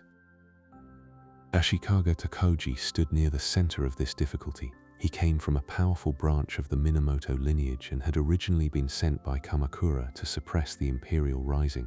Instead, he turned against the Hojo and attacked the shogunate's Rokuhara offices in Kyoto, helping bring down Kamakura authority in the west. His decision gave Go-Daigo's cause a crucial military advantage. But it also made Tokugawa one of the men whose support could not be treated lightly afterward. He was not a minor retainer to be thanked and dismissed. He was a warrior leader with lineage, followers, and the ability to gather dissatisfied men around him. The notable reversal in Tokugawa's career lies in the speed with which service to restoration became opposition to it. Go-Daigo needed him, rewarded him, and then found him difficult to contain. The emperor wished to restore direct rule, but Tokugawa and many other warriors wanted a settlement that recognized their claims in terms they understood. When disputes over reward and authority intensified, Tokugawa moved toward open conflict with the imperial government he had helped create. It was not necessary for every man around him to possess a full theory of warrior rule. Grievance, expectation, and loyalty to a commander could do much of the work. Tokugawa's break with Go-Daigo became the hinge on which the restoration turned. After conflict in the east, he returned to Kyoto and fought against imperial loyalist forces. He suffered reverses and withdrew for a time to Kyushu, where he rebuilt support among warrior houses. That western recovery showed again that the political center was no longer one place. A leader defeated near Kyoto could survive if provincial warriors still saw advantage in his cause. Tokugawa came back with renewed strength, and in 1336, after the Battle of Minatogawa, the imperial loyalist resistance around figures such as Kusunoki Masashige was broken. Kusunoki Masashige's death at Minatogawa entered later memory as a symbol of faithful service to the emperor. The historical moment was more layered than the symbol alone. Masashige served a court restoration that had depended on warriors but could not satisfy the warrior world. Tokugawa, opposing him, was not simply an enemy of legitimacy, because he also sought authority through imperial forms. Both sides understood that the emperor still mattered. The struggle was not between reverence and irreverence, but between competing arrangements of power around the imperial institution. Go-Daigo fled Kyoto and established his court at Yoshino, while Tokugawa supported a rival emperor in the capital. This division created the era of the northern and southern courts, a long conflict in which two imperial lines claimed legitimacy. The Ashikaga shogunate, founded by Tokugawa, ruled in connection with the northern court in Kyoto, while Go-Daigo's southern court preserved a rival claim from the mountains of Yoshino. Legitimacy, which the court had once seemed to embody as a single source, now stood divided. Japan had a shogunate, but it did not yet have a settled national peace. The new Ashikaga order differed from Kamakura in important ways.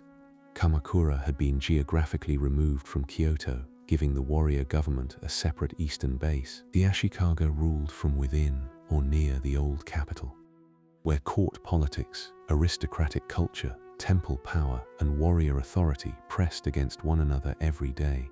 This closeness gave the Ashikaga access to prestige, but it also drew them into the instability of Kyoto's factions. Their shogunate was never as securely distant as Yoritomo's had been. It lived nearer to elegance and nearer to intrigue.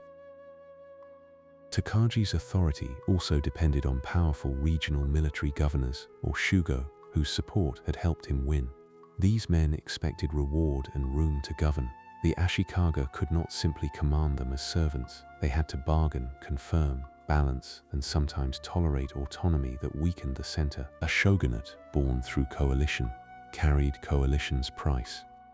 The shugo gained wider provincial powers, and over time some would become the ancestors of more independent daimyo authority. The seeds of later fragmentation were already present inside the settlement that followed victory. The northern and southern courts continued their rivalry after Go-Daigo's death in 1339. His successors at Yoshino preserved the southern claim, while the Ashikaga-backed northern court remained tied to Kyoto's political machinery. The conflict was not continuous in a simple military sense, but it gave ambitious warriors opportunities to change sides, pursue local interests, and extract concessions. Court legitimacy became a resource that competing military houses could use. The emperor's name still mattered enormously, but its division made it easier for warriors to choose the version of legitimacy that suited their position. Ashikaga Tokugawa himself was a complicated founder.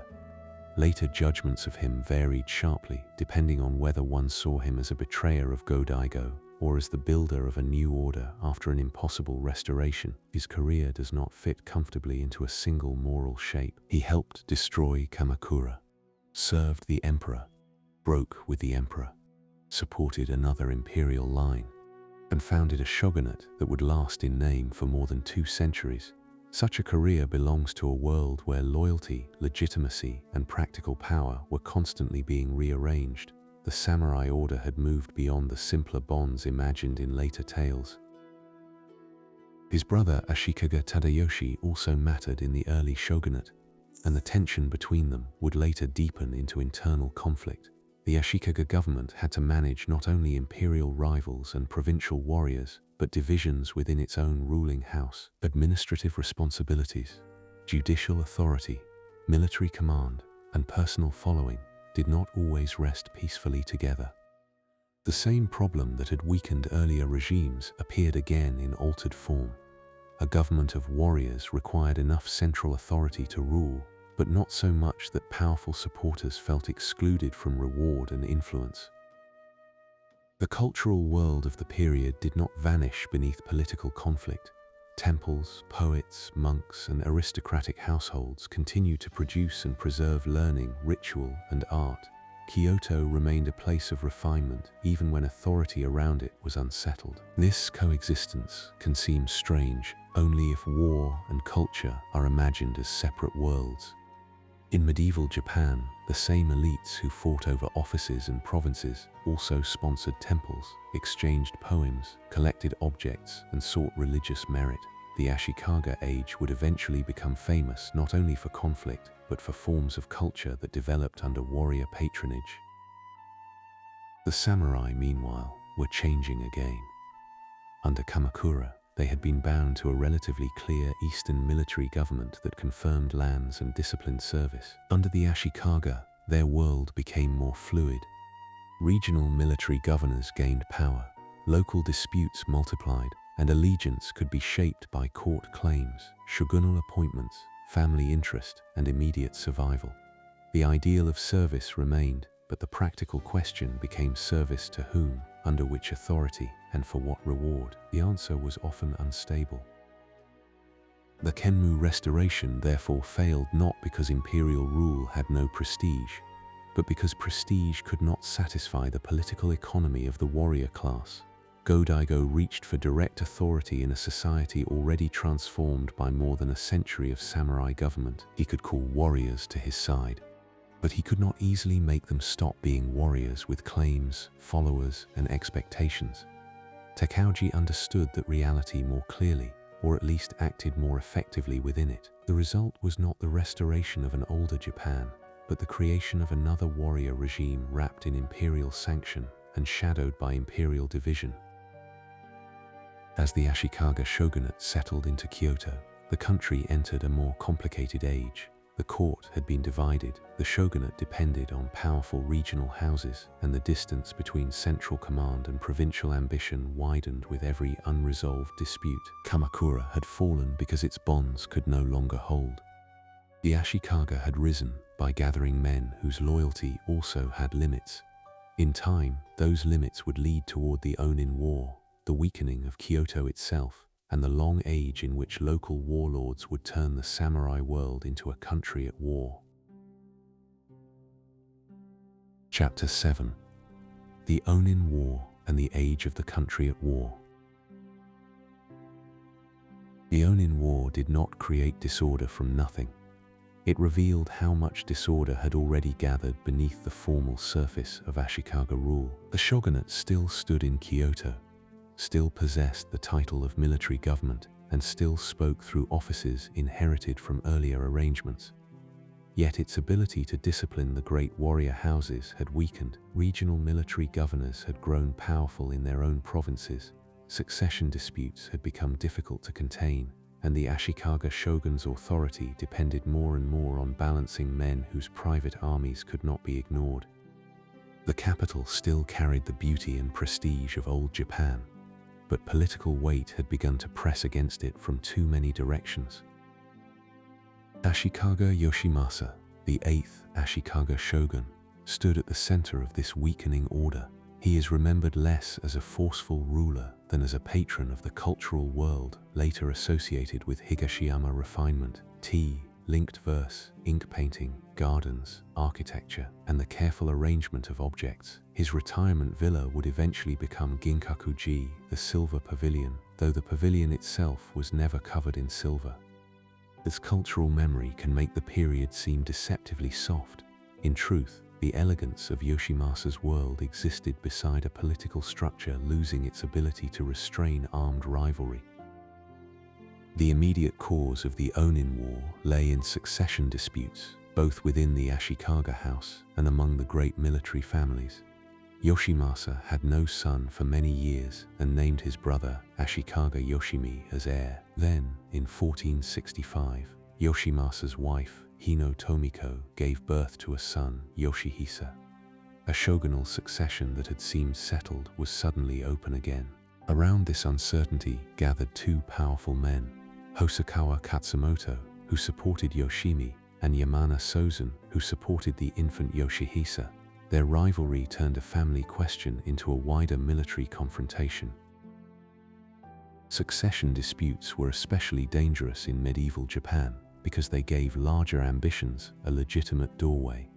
A warrior house could claim that it was defending the proper heir while also advancing its own position. The Shugo could enter Kyoto as a supporter of lawful order while bringing troops who made order impossible. The language of loyalty did not disappear, but it became entangled with calculation. The Onin War grew from precisely this mixture, where public claims and private advantage moved together until neither could easily be separated from the other. Yamana Sozun and Hosokawa Katsumoto had once been connected by marriage and political cooperation, but by the 1460s they stood as rival centers of military power. Sozun, older and formidable, commanded the strength of the Yamana house and its allies. Katsumoto, shrewd and deeply placed within the shogunate, led the Hosokawa side. The war that began in 1467 was therefore not a simple rebellion against the shogun. It was a struggle among those close enough to the shogunate to claim they were acting for it. That made the conflict harder to resolve, because the very men who might have restored order were the men sustaining the war. Kyoto became the battlefield. This was the war's most painful political fact.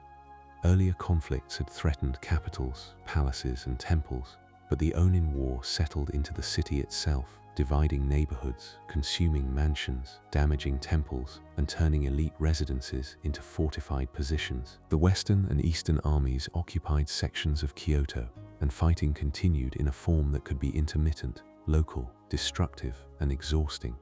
The city did not fall in one dramatic moment. It wore down under the presence of armed factions that neither destroyed one another nor withdrew.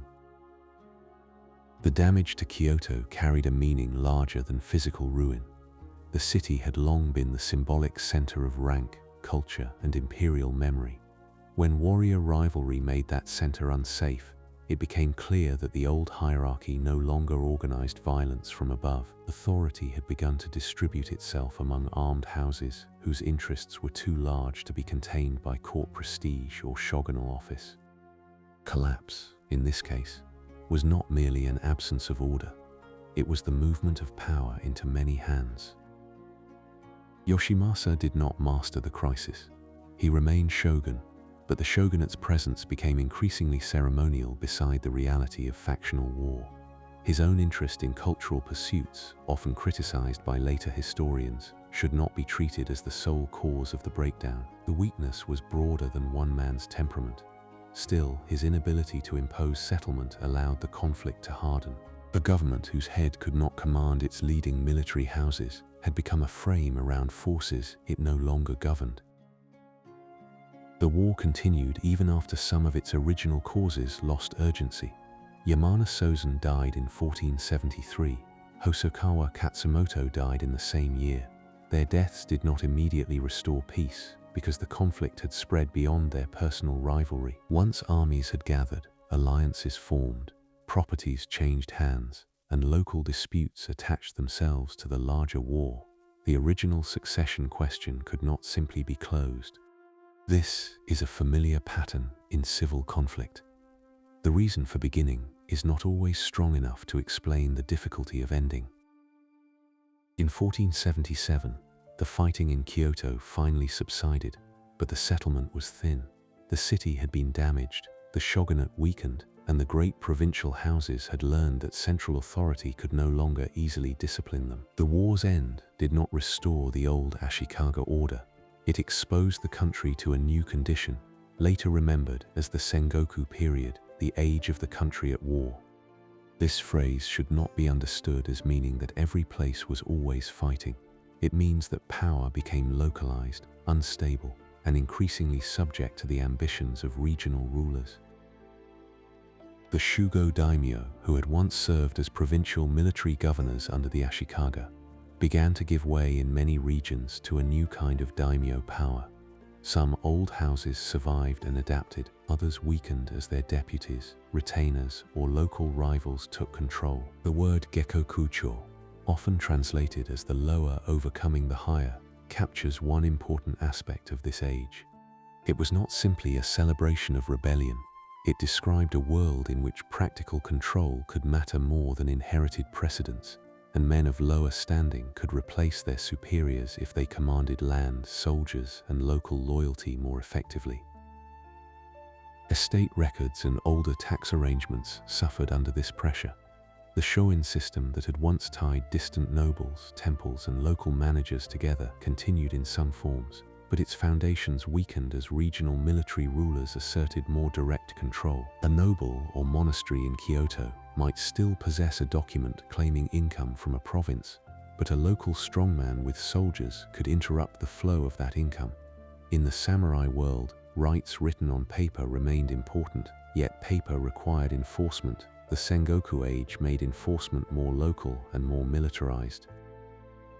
Ashigaru foot soldiers became increasingly visible in this changing order.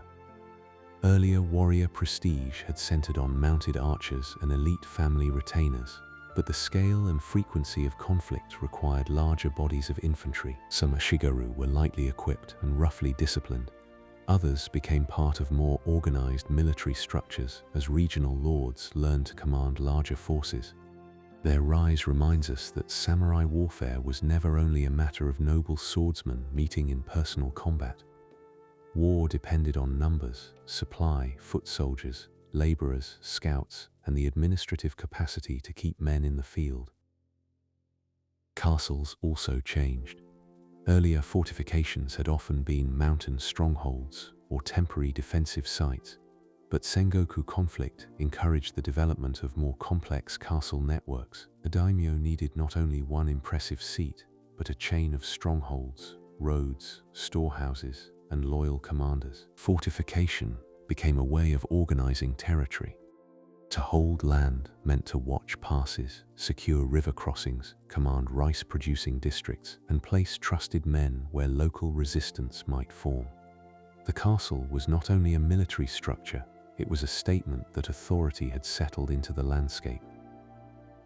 Yet the age was not only roughness and fire.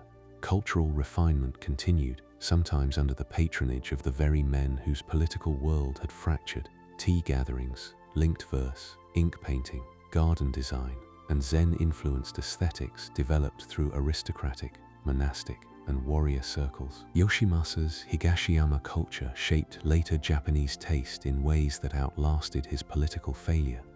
This coexistence of refinement and disorder can feel paradoxical, but it belonged naturally to the period. Men who lived with war still sought forms of restraint, arrangement, and beauty. A small tea room could exist in the same century as a burned district of Kyoto. The samurai themselves became more varied. Some remained hereditary retainers attached to old houses. Some became local commanders under rising daimyo. Some shifted allegiance when survival required it. Some administered villages, collected taxes, supervised roads, or managed disputes. The image of the solitary warrior guided only by a personal code does not fit this world very well. A Sengoku samurai lived inside webs of obligation that could be rewritten by defeat, marriage, hostage exchange, land grant, or the sudden weakness of a lord. Hostages became one of the practical tools of alliance. Daimyo families sent children or relatives to another lord's residence as guarantees of loyalty, and such arrangements could bind houses together while also placing emotional pressure on political decisions. Marriage alliances served similar purposes, linking families whose interests might otherwise pull apart. Written oaths to gods and Buddhas marked promises that men still broke when circumstances changed. The period was not lawless in the sense of having no rules. It was full of rules, pledges, rituals, and documents, but the balance of power often determined which of them could be enforced. The authority of the Ashikaga shogun did not disappear entirely. Later shoguns still held title, received recognition, and could matter as symbols around whom ambitious lords maneuvered. But the practical force of the office had diminished. A daimyo might seek shogunal approval because legitimacy retained value, yet he did not necessarily obey shogunal orders against his own interests. The old pattern of divided authority remained, but the division had become more severe. Kyoto could still name power, it could no longer reliably command it. Religious institutions also remained active participants in the political world. Some temples held lands, armed monks, or negotiated with daimyo. The great Buddhist establishments were not merely places of retreat and learning. They were landholders, patrons, and sometimes military actors. In some regions, religious leagues and local communities would later become formidable forces in their own right. This mattered because Sengoku politics did not divide neatly into secular warriors and passive religious houses. Authority moved through temples, shrines, village leagues, merchant towns, and castles. In the provinces, certain families began to build the foundations of later fame. The Hojo of Odawara, unrelated in direct political identity to the earlier Kamakura regents though using the same name, strengthened themselves in the Kanto. The Mori expanded in western Honshu. The Takeda, Uesugi, Imagawa, Shimazu, and other houses developed regional power through war, diplomacy, law codes, and estate control. Each domain had its own conditions. Mountain provinces differed from coastal trade regions. Rice-rich plains differed from borderlands. The Sengoku age was not one story repeated everywhere, but many local stories drawn into a larger pattern of fragmentation. Daimyo law codes show how serious these rulers were about order. They regulated retainers, inheritance, disputes, markets, religious houses, and village obligations. The lord who wished to survive could not rely only on winning battles. He had to make his territory productive and obedient enough to support repeated war. This administrative side of Sengoku power is easy to overlook because battles leave louder memories. Yet the stronger daimyo were often those who made violence serve government. rather than allowing private conflict to consume their own lands. The Onin War therefore marks a turning point, not because everything changed at once, but because the weakness of the center became impossible to hide. Kyoto had been damaged by the very class that once claimed to defend order. The Ashikaga shogunate endured in title, but its practical reach narrowed. Provincial power grew harder, more inventive, and more independent. The samurai class entered one of its most transformative ages, when older service to court and shogunate gave way to service within regional war states. Out of this fractured world came the conditions for unification. Larger armies, stronger castles, sharper administration, wider use of foot soldiers, and more direct control over land all developed because war demanded them. The country at war created men who could imagine ruling more than one province, then more than one region, and finally the country itself. Before that unification could come, however, warfare itself had to change in material form. Ships brought new weapons to Tanegashima, a shigaru became more disciplined, castles grew heavier in the landscape, and commanders such as Oda Nobunaga learned that the future of samurai Japan would belong not only to brave men, but to those who could organize them. Chapter 8: Castles, Matchlocks, and the New Shape of War.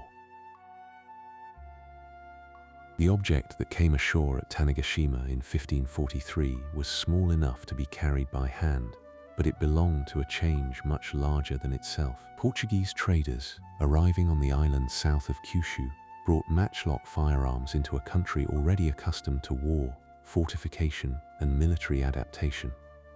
The weapon did not create the Sengoku age, and it did not sweep away older forms of fighting in a single stroke. Japan already had archers, spearmen, mounted warriors, castles, ships, and commanders who understood that victory depended on organization as much as courage.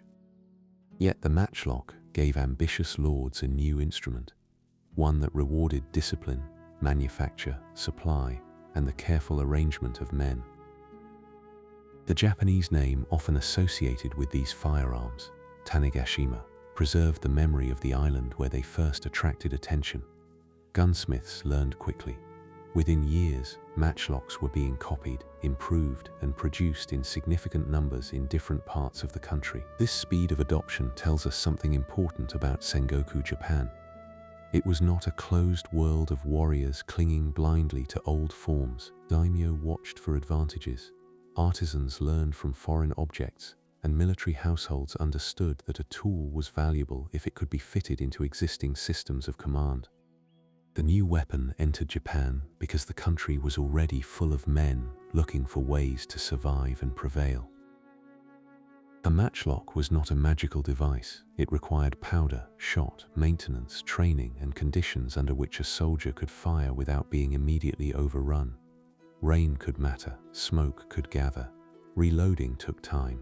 A poorly supplied firearm was only a burden. Its importance lay in the way it could be multiplied and organized. A skilled mounted archer required long practice and an expensive social world to sustain him. A firearm still demanded training, but it allowed larger bodies of infantry to deliver force in ways that changed the balance between elite warrior skill and disciplined formation. Ashigaru, the foot soldiers whose importance had already grown through the Sengoku period, became even more central in this new military environment. Some carried spears, some bows, and increasingly some guns. Their rise did not erase the samurai, but it changed what samurai command meant. A warrior leader needed to manage bodies of men, supplies of ammunition, unit placement, and timed movement. Personal prowess retained prestige, yet the battlefield increasingly belonged to men who could make many lesser fighters act together. The samurai commander's authority therefore became more administrative, more tactical, and more dependent on systems that reached beyond his own horse and armor. Castles changed alongside armies. Earlier mountain fortresses and temporary strongholds remained important, but Sengoku lords developed larger and more complex castle networks, with central seats, branch forts, gates, walls, storehouses, and surrounding towns. Fortification was not only a response to attack, it was a way of governing territory. A castle gathered retainers, controlled roads, protected supplies, displayed authority, and turned a lord's presence into architecture. The daimyo who built and held castles were not merely hiding from enemies, they were organizing land around visible centers of command. The strongest castles also required labor on a scale that revealed the deeper reach of daimyo power. Stone had to be moved, timber cut, moats dug, earth packed, roads improved, and craftsmen gathered. Villages owed work as well as taxes, and retainers supervised both construction and defense. A castle's walls therefore contained more than military intention. They held the labor of farmers, the skill of carpenters and masons, the calculations of administrators, and the ambition of a lord who expected his power to outlast a single campaign. War had begun to settle into the landscape in heavier forms. Oda Nobunaga emerged from this world as one of its most consequential figures. He was born in Owari province, a region that did not seem destined by ancient prestige to dominate Japan. His early career was marked by family rivalry, local consolidation, and the defeat of stronger-looking enemies. In 1560, at Okahazama, he defeated Imagawa Yoshimoto, a victory that gave him a reputation far beyond his original base. Later memory often treated Nobunaga as a fierce innovator, but his success rested not only on boldness. He learned how to combine military pressure, alliance, commerce, roads, castle policy, and political symbolism in ways that made expansion sustainable. The Battle of Nagashino in 1575 became the event most closely associated with Nobunaga's use of firearms. The battle brought Nobunaga and his ally Tokugawa Ieyasu against the forces of Takeda Katsuyori, heir to the formidable Takeda Shingen. Takeda cavalry had acquired a reputation for strength, and later accounts made Nagashino into a clean story of guns defeating mounted warriors. The reality was more textured: fortifications, terrain, palisades, disciplined infantry, allied coordination, and the condition of the Takeda army all mattered. Firearms were crucial, but they worked because they were placed inside a system. The outcome at Nagashino made that system visible. Nobunaga's forces used prepared defensive positions and matchlock units protected by barriers, making it difficult for Takeda attacks to break through in the older manner. Whether the famous rotating volleys occurred exactly as later stories imagined is debated, but the larger point remains secure. Guns had become most effective when treated not as individual marvels, but as tools of formation and timing. The weapon's power lay in repetition, supply, and disciplined placement. Technology changed war most deeply when it changed the organization around it. Takeda Shingen, who had died before Nagashino, belonged to the older high age of Sengoku daimyo power. Though he was no simple relic of the past, his administration in Kai province, his legal codes, his road systems, and his command over retainers showed that effective warlord rule depended on government. Uesugi Kenshin, his great rival to the north, carried a different reputation, one shaped by religious devotion, military campaigns, and the long rivalry between the Takeda and Uesugi houses. Their repeated clashes at Kawanakajima became famous in later memory, but their careers also show that pre-Nobunaga Japan had already produced sophisticated regional rulers. Nobunaga did not invent strategic government, he pushed it toward wider unification. The rivalry between Shingen and Kenshin also reminds us that Sengoku warfare was not chaos without pattern. Campaigns followed seasons, supplies, roads, weather, river crossings, alliances, and local knowledge. Armies could not move as pure desire. Horses needed fodder. Men needed rice. And a lord who marched too far without securing his rear risked losing what he already held. The romantic image of samurai combat often narrows attention to the moment of fighting, but much of command lay in choosing where not to fight, when to return home, and which castle or pass mattered enough to justify the cost. Banners, crests, and unit identification became increasingly important as armies grew. A commander needed to know which men belonged to which retainer, where units stood, and how orders might move through the confusion of a field. Heraldic marks and flags helped organize loyalty visually. The battlefield was not a collection of isolated heroic duels, even though individual valor still mattered. It was a moving arrangement of houses, retainers, foot soldiers, messengers, and signals. The larger the army, the more command depended on visible order. Nobunaga understood the political value of roads and markets as well as weapons. His policies often encouraged commerce, reduced certain barriers to trade, and strengthened the flow of goods through territory under his influence. A lord who controlled markets could tax, supply, and attract people. A road was not merely a path for soldiers, it was a line along which information, rice, merchants, craftsmen, and authority moved. In this sense, unification was not only a military project, it was a reworking of the spaces through which power traveled. Religious military power presented another challenge. Nobunaga confronted Buddhist institutions and leagues that possessed armed strength and political independence, including the formidable network associated with the Ikoiki and the temple fortress of Ishiyama Honganji. These conflicts could be long, difficult, and politically sensitive, because religious institutions commanded loyalty in ways that ordinary daimyo rivals did not. Nobunaga's campaigns against them were not a simple war of secular modernity against religion. They were struggles over jurisdiction, land, armed autonomy, and the question of whether any power could remain outside the emerging order he sought to build. The destruction of the Enryakuji complex on Mount Hiei in 1571 became one of the darkest marks on Nobunaga's career. The monastery had long been a major religious and political force near Kyoto, with its own armed presence and deep historical prestige. Nobunaga treated it as a strategic threat that could not be left behind him. The event must be stated carefully, because its meaning lies less in physical detail than in the decision it represented. Nobunaga was willing to act against even ancient religious authority when he believed it obstructed his control. In the world he was building, old prestige did not guarantee safety. Kyoto itself remained central to Nobunaga's ambitions. In 1568, he entered the capital in support of Ashikaga Yoshiaki, who became the 15th Ashikaga shogun. At first, this arrangement allowed Nobunaga to present his actions through the older legitimacy of the shogunate, yet the partnership did not endure.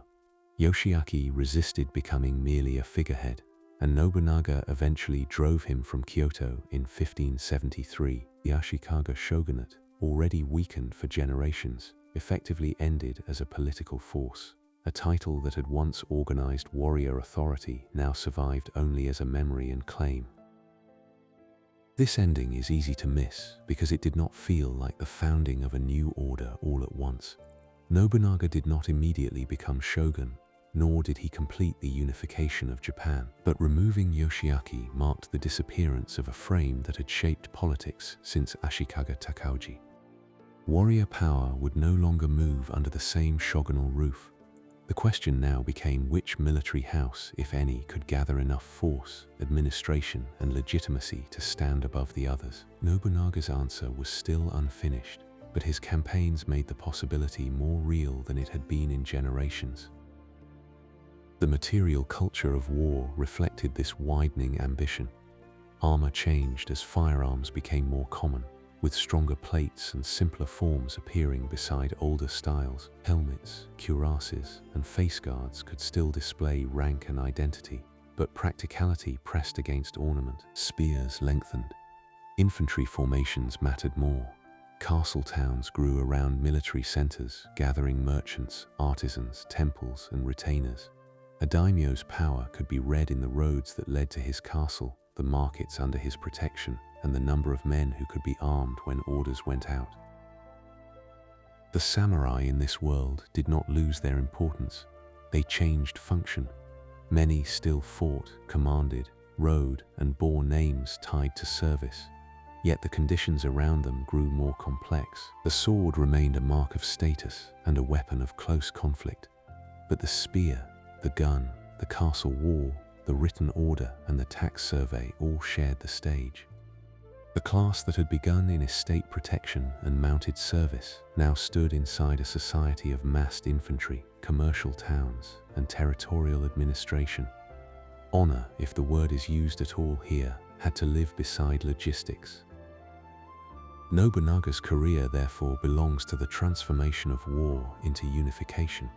His victories were not merely the result of severity or daring, they came from his ability to use new weapons without worshipping them, to use old legitimacy without being bound by it, and to make local power serve a larger design. Yet his project remained unfinished, and unfinished projects in Sengoku Japan were dangerous. Among the men around him was Akechi Mitsuhide, a retainer of talent and rank whose name would become inseparable from the sudden reversal at Honnoji. The world of castles, matchlocks, ashigaru, and disciplined territory had made unification possible, but it had not made it secure. Nobunaga had broken enemies, entered Kyoto, ended the Ashikaga frame, and showed how a daimyo might reach beyond regional ambition. The next stage would depend on whether that reach could survive betrayal, succession, and the hunger of other men to inherit the work.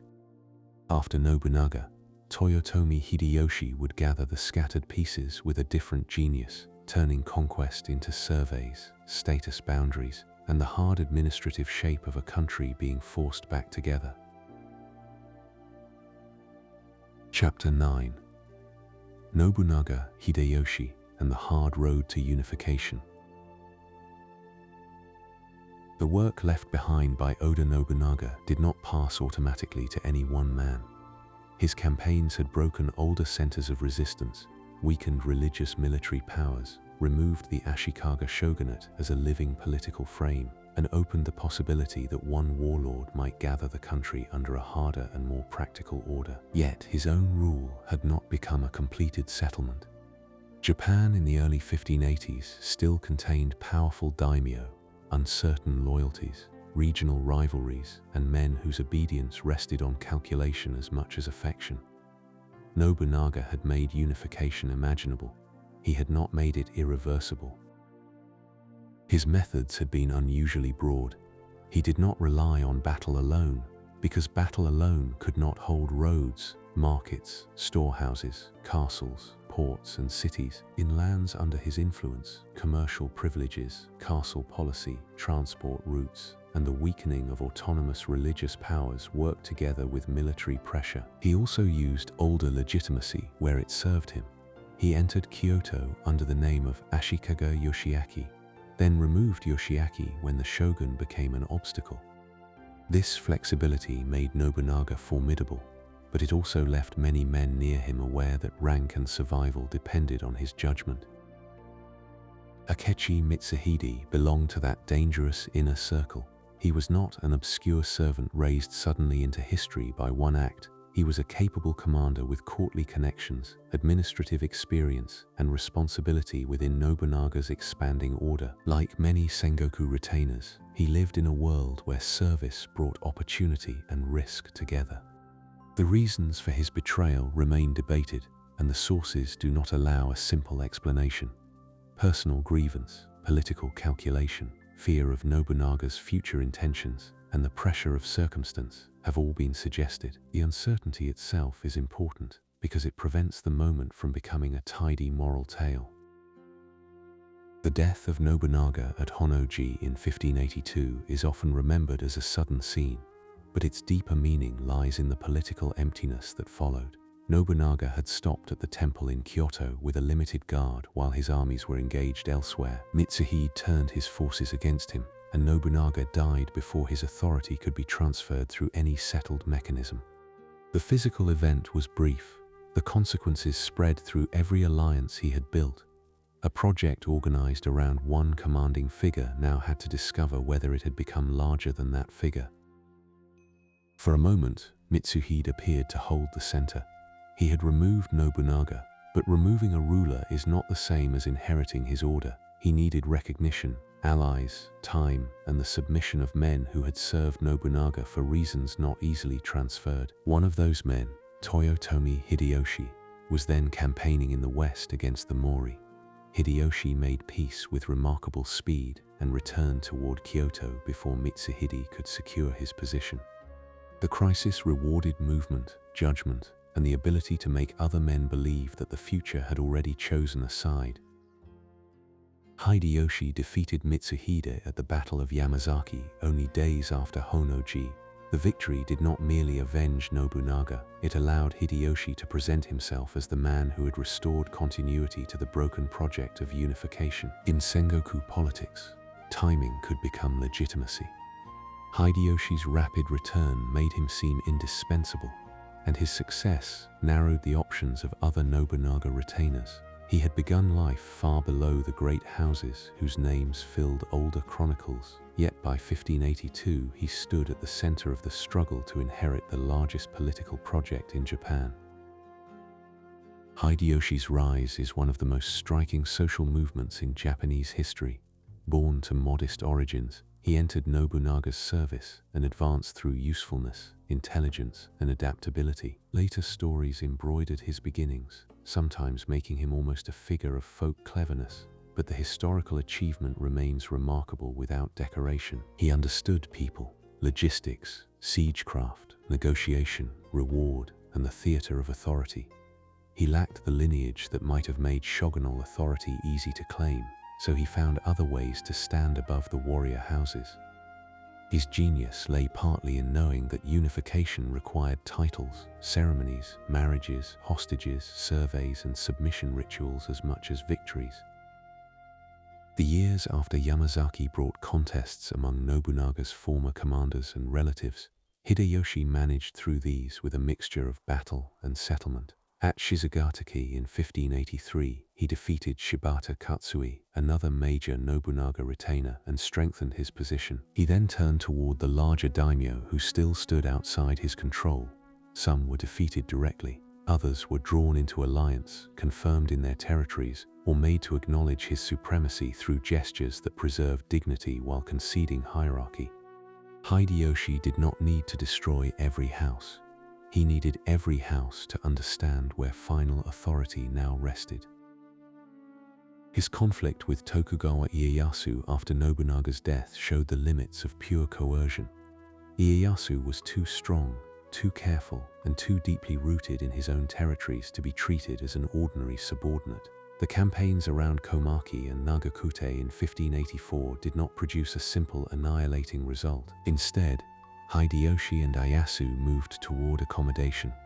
Ieyasu eventually submitted in formal terms while retaining immense power. This arrangement would matter later more than Hideyoshi could control. For the moment, it allowed unification to proceed without exhausting the country in a war against one of its most capable men. Hideyoshi's authority increasingly took on a courtly form. He received the title Kampaku Imperial Regent in 1585. And later became Taiko Retired Regent after passing the formal office to his adopted heir. These titles were not empty ornaments. They allowed a man of low birth to stand above daimyo through court recognition, even without becoming shogun. The old imperial institution again supplied language for a new military reality. This was one of the recurring patterns of Japanese history. Warrior power needed court forms, and court forms survived by serving powers that had outgrown the court itself.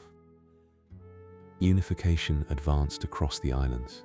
The island of Shikoku was subdued in 1585, bringing the Chosokabe under Hideyoshi's authority. Kyushu followed in 1587, after campaigns against the Shimazu, whose power in the south had become formidable. The Hojo of Odawara, the last major independent obstacle in the east, fell in 1590 after a massive campaign that displayed Hideyoshi's ability to gather overwhelming force. The siege of Odawara was as much political theater as military operation. Daimyo from across Japan attended with troops, and the scale of the campaign made resistance look not only dangerous, but historically outdated. Once the Hojo submitted and their territory was redistributed, Hideyoshi's unification of Japan was essentially complete. Yet conquest by itself could not make the settlement durable.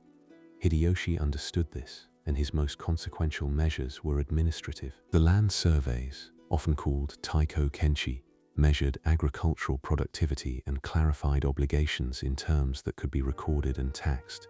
Rice yield, expressed in koku, became a foundation for assessing daimyo strength and retainer stipends. Measurement turned land into political arithmetic. A field counted by officials could become part of a national order. The sword hunt of 1588 belonged to the same effort.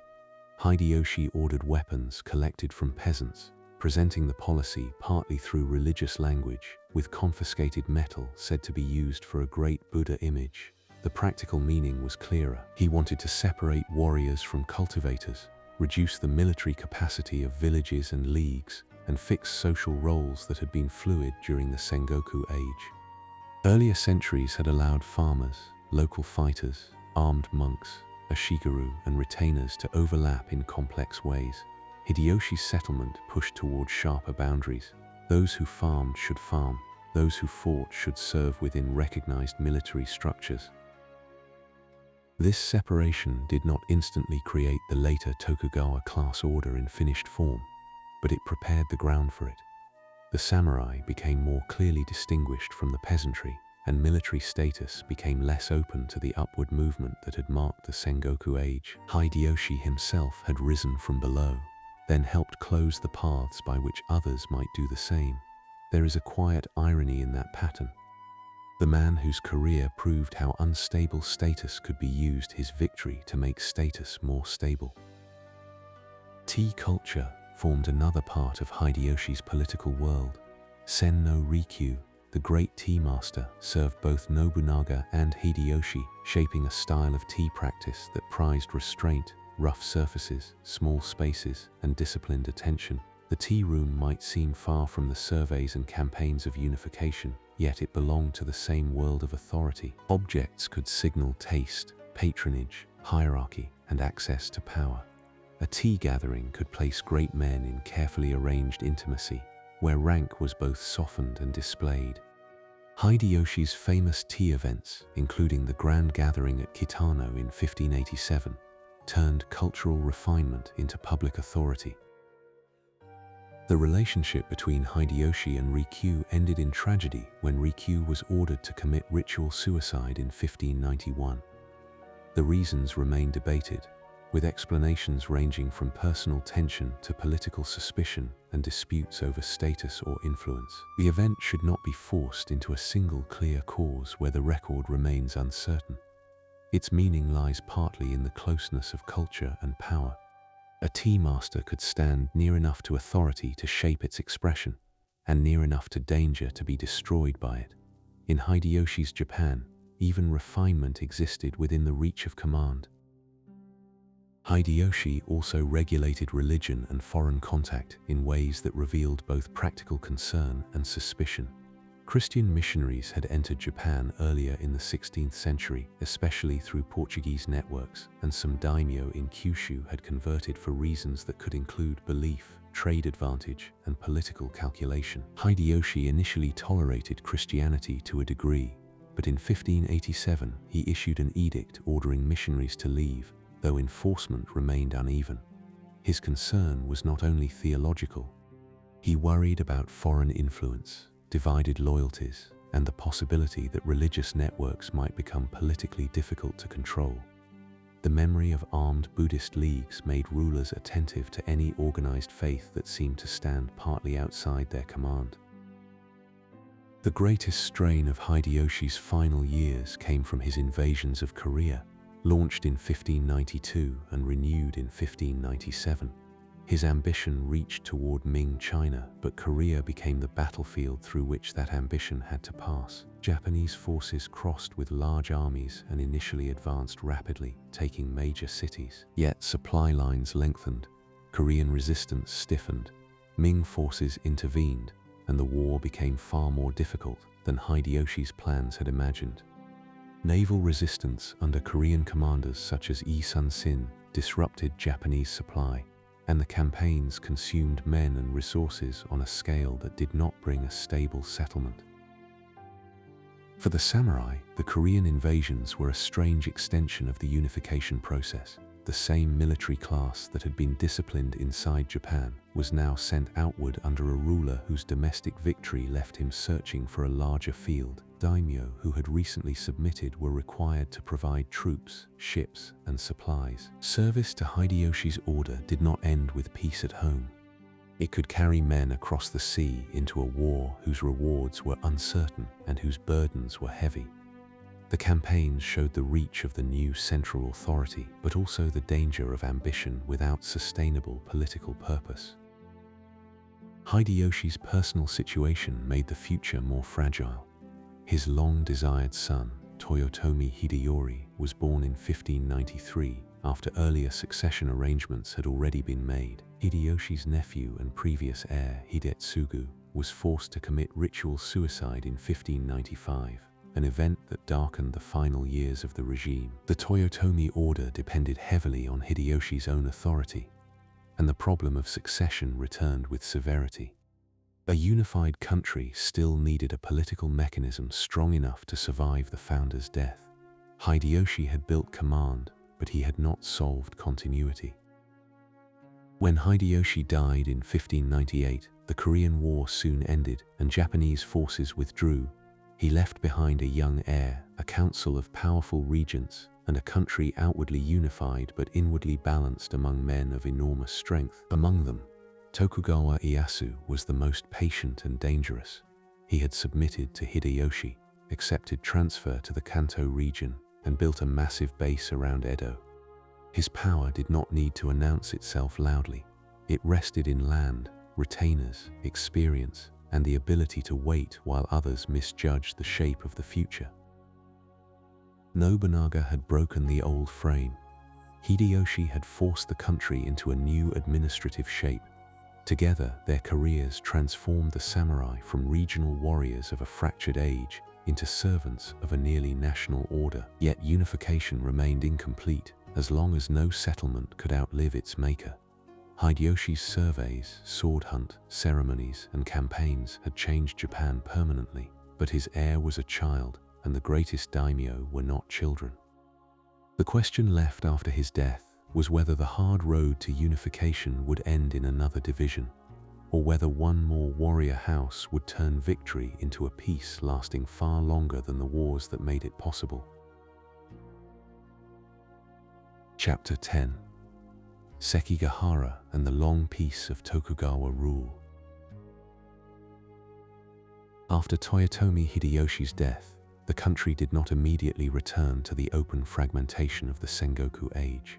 Too much had changed for that. The land surveys, the sword hunt, the submission of great daimyo, and the memory of campaigns across the islands had given Japan a harder political shape than it had possessed before Nobunaga and Hideyoshi. Yet unification remained bound to a child heir, Toyotomi Hideyori, and to a council of powerful men whose cooperation depended on ambition accepting limits.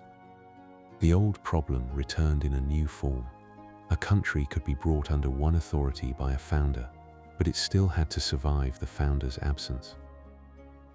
The Khufu records from this era indicate that Tokugawa Ieyasu understood that problem better than most.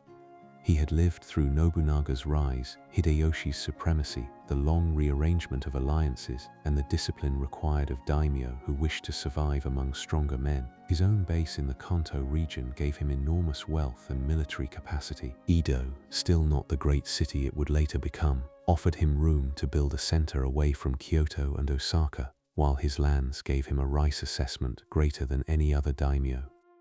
Ieyasu did not need to rush toward power in the manner of a younger adventurer. His strength lay in patience, position, and the ability to make other men's fears gather around his usefulness. The Toyotomi settlement tried to restrain such ambition through councils and oaths. The Council of Five Elders and related arrangements were meant to preserve Hideyori's inheritance until he could rule. But a council made of great lords could also become a table at which rival futures quietly measured one another. Men such as Maeda Toshiya, Mori Terumoto, Ukita Hideye, Uesugi Kagekatsu, and Ieyasu himself did not possess equal strength, and they did not imagine the future in the same way. Once Toshiya died in 1199, one of the chief personal restraints on Ieyasu disappeared. The balance grew thinner. Ishida Mitsunari became one of Ieyasu's most determined opponents. Mitsunari had served Hideyoshi as an administrator and was closely associated with the bureaucratic side of Toyotomi rule. He lacked the broad battlefield prestige of some daimyo, but he possessed intelligence, connections, and commitment to preserving the Toyotomi order against Ieyasu's expansion. His opposition gathered men who feared Tokugawa dominance, resented Ieyasu's maneuvers, or believed that the legitimacy of Hideyoshi's heir required defense. In the later simplification of the conflict, Mitsunari sometimes appears merely as the defeated rival. In life, he represented a real alternative, the possibility that the Toyotomi house might remain the center through collective enforcement by its loyalists. The road to Sekigahara passed through accusations, alliances, and the careful testing of loyalties. Ieyasu moved against Uesugi Kagekatsu in the north, drawing forces away from the center and creating the conditions under which Mitsunari could raise opposition in the west. The country divided into eastern and western coalitions, though those names conceal many private calculations. Some men joined because of loyalty, others because of fear, rivalry, inheritance disputes, or the expectation of reward. The battle that followed would be remembered as decisive, but before it was fought, it was an enormous political wager. Sekigahara, in October 1600, was not only a battlefield, it was a balance of hesitation. Armies gathered in the mist and rain of Mino province, with Ieyasu's eastern forces facing the western coalition associated with Mitsunari and the nominal leadership of Mori Teramoto. The numbers were large, but the outcome depended not simply on how many men stood under banners. It depended on whether commanders would move, wait, betray, or remain still. Kobayakawa Hideaki, positioned on Mount Matsuo, held one of the battle's crucial uncertainties. His eventual decision to turn against the western side helped decide the day. The field at Sekigahara reveals how far samurai warfare had moved from the older image of individual combat. There were personal reputations everywhere, and families carried histories into the valley, but the battle's meaning rested on coalition management. Ieyasu had not only brought soldiers, he had arranged incentives, promises, pressures, and communications. Mitsunari had not only gathered opposition, he had tried to hold together men whose commitment varied. The outcome showed that the strongest army was not always the one with the most bodies on the ground. It was the one whose political bonds held at the necessary moment. Ieyasu's victory gave him the power to redistribute Japan. Defeated houses were punished, reduced, transferred, or abolished.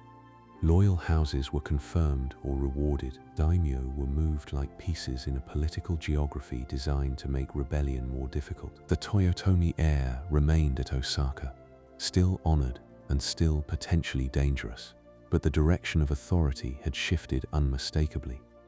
A battle lasting a day gave Ieyasu the opportunity to build a settlement that would last for centuries.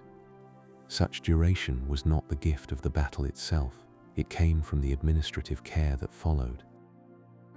In 1603, Ieyasu received the title of shogun from the imperial court, founding the Tokugawa shogunate. The title mattered because it placed his rule inside the older language of legitimacy while confirming the new political reality. Edo became the seat of Tokugawa power, and its growth would become one of the great urban transformations of early modern Japan. Kyoto retained the emperor and court culture. Osaka remained a major commercial and political center, especially while the Toyotomi still held its castle. Edo, however, became the working capital of the warrior government, a city of retainers, officials, merchants, craftsmen, canals, roads, and disciplined hierarchy. Ieyasu soon passed the shogunal title to his son Tokugawa Hidetada in 1605, becoming retired shogun while still retaining immense authority. This move helped solve one of the old problems that had troubled earlier regimes. Succession needed to be made visible before death. Yoritomo's line had weakened after him, and Hideyoshi's settlement had been left to a child. Ieyasu, by contrast, placed the Tokugawa succession in motion while he could still enforce it. The act was not a withdrawal, it was a method of continuity. The Toyotomi house remained the unresolved question. Hideyori grew up in Osaka Castle, surrounded by memory, wealth, loyalists, and the prestige of his father's name. For the Tokugawa, this was dangerous. A rival house did not need to act immediately in order to matter. It only had to remain available as a center for discontent.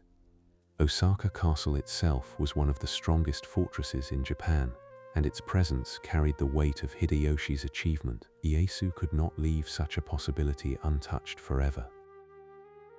The Osaka campaigns of 1614 and 1615 ended the Toyotomi line as a political force. The winter campaign pressured the castle and led to a settlement that weakened its defenses. The summer campaign completed the work, and Osaka fell. The deaths of Hideyori and his mother Yodo Dono closed the last major alternative to Tokugawa supremacy. The episode was severe in consequence, but its historical meaning lies in finality. After Osaka, there was no living Toyotomi center around which major opposition could plausibly gather. The unification begun by Nobunaga and forced into shape by Hideyoshi now rested under Tokugawa rule. The Tokugawa settlement depended on classification.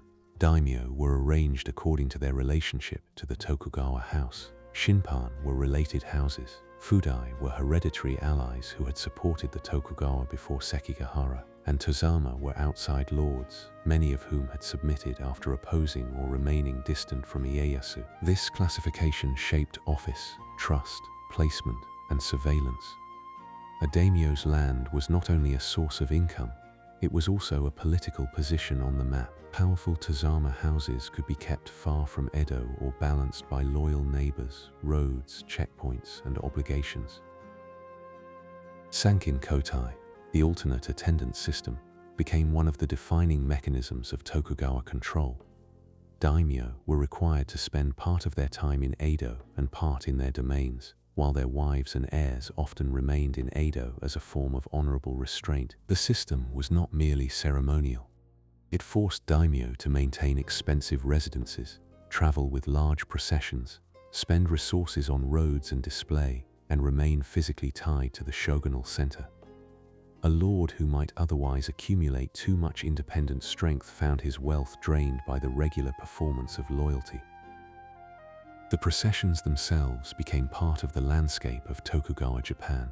Retainers, baggage carriers, officials, horses, weapons, uniforms, and markers of rank moved along the great highways toward Edo. Villages along the routes provided services, post stations developed, and the roads became channels not only of control, but of commerce and cultural exchange. A political device designed to discipline daimyo also helped knit the country together. This was the subtle strength of Tokugawa rule. Its restrictions often produced secondary forms of connection. Castle regulations reinforced the same order. Daimyo could not build or repair major fortifications without permission, and many castles from the Age of War were dismantled or reduced. The rule of one castle per domain helped limit the military infrastructure that had sustained Sengoku independence. A domain's castle town remained important as an administrative and social center, but the network of strongholds that had made regional war possible was narrowed. The Tokugawa did not disarm the daimyo entirely. They made their armed capacity legible, limited, and dependent on permission. The samurai class now entered a long peace that changed it more completely than another century of warfare might have done. Samurai retained status, stipends, swords, family names, and the expectation of service, but the service increasingly became bureaucratic, ceremonial, educational, or administrative. Many lived in castle towns rather than on rural estates. Their income often came as stipends measured in rice, and the value of those stipends could be strained by debt, inflation, and the costs of status. The warrior became, in many cases, an official who carried the memory of war into a society designed to prevent it. This transformation created a quiet contradiction. The Tokugawa achievement was peace, and that peace depended on a class whose identity had been shaped by war. The shogunate honored the samurai while reducing the conditions in which older martial fame could be earned. It preserved swords while making sword use increasingly unnecessary. It taught loyalty, hierarchy, and discipline while asking most warriors to serve through paperwork, guard duty, domain administration, teaching, or attendance. The samurai did not vanish. They became the human structure of a peaceful military state. The Tokugawa order also shaped society through status categories. Samurai, peasants, artisans, and merchants were described within a hierarchy that placed the warrior above the producer and trader, though actual wealth often complicated that ranking. Merchants in cities such as Osaka and Edo could become rich, while many samurai remained financially strained. Peasants carried the burden of rice production and taxation, and domain governments watched village life carefully because agricultural output supported the entire system. Social order was not static in lived reality, but it was framed by law, custom, and expectation more firmly than in the Sengoku age. Foreign policy also narrowed under Tokugawa rule, though not in absolute isolation. The shogunate restricted Christianity, controlled foreign trade, and eventually limited regular European contact, largely to the Dutch at Nagasaki, while maintaining relations with Korea, the Ryukyu Kingdom, the Ainu world, and Chinese merchants through controlled channels. These policies were meant to protect political order as much as cultural separation. The memory of religious leagues, Iberian missionary networks, and daimyo conversion made the shogunate wary of affiliations that could compete with loyalty to the state. Peace required boundaries, and Tokugawa rulers drew them carefully. Edo grew as the center of this system. Daimyo residences filled the city. Samurai households, merchants, craftsmen, entertainers, servants, and laborers gathered around the demands of political attendance. The city's population expanded until it became one of the largest urban centers in the world. Its streets and canals carried rice, fish, timber, cloth, books, tools, and rumors. A warrior government had created a merchant metropolis. This was another Tokugawa irony. The order that placed samurai at the top helped produce urban commercial worlds where samurai often became dependent on moneylenders and shopkeepers. Law and surveillance held the structure together. The shogunate issued regulations for daimyo, court nobles, temples, religious institutions, and many aspects of public conduct. Domains retained internal autonomy, but their autonomy existed beneath Tokugawa supremacy. The emperor in Kyoto remained honored, ritually important, and politically restricted. The court gave legitimacy to the shogunal order, while the shogunate controlled the practical conditions under which the court lived. The ancient division between symbolic authority and military government continued, but under Tokugawa management it became more stable than it had ever been. The Battle of Sekigahara therefore did more than decide a rivalry after Hideyoshi. It opened the way to a political settlement that turned the samurai from conquerors of a fractured country into administrators of an ordered one. Ieyasu's victory, Hidetada's succession, the fall of Osaka, daimyo classification, alternate attendance, castle limits, and social hierarchy all worked together to prevent the return of Sengoku conditions. The cost was constraint, the reward was peace. For the samurai, that peace was both triumph and slow transformation. Their class stood at the top of the official order, yet the world that had made their battlefield skills necessary receded behind regulations, roads, ledgers, and etiquette.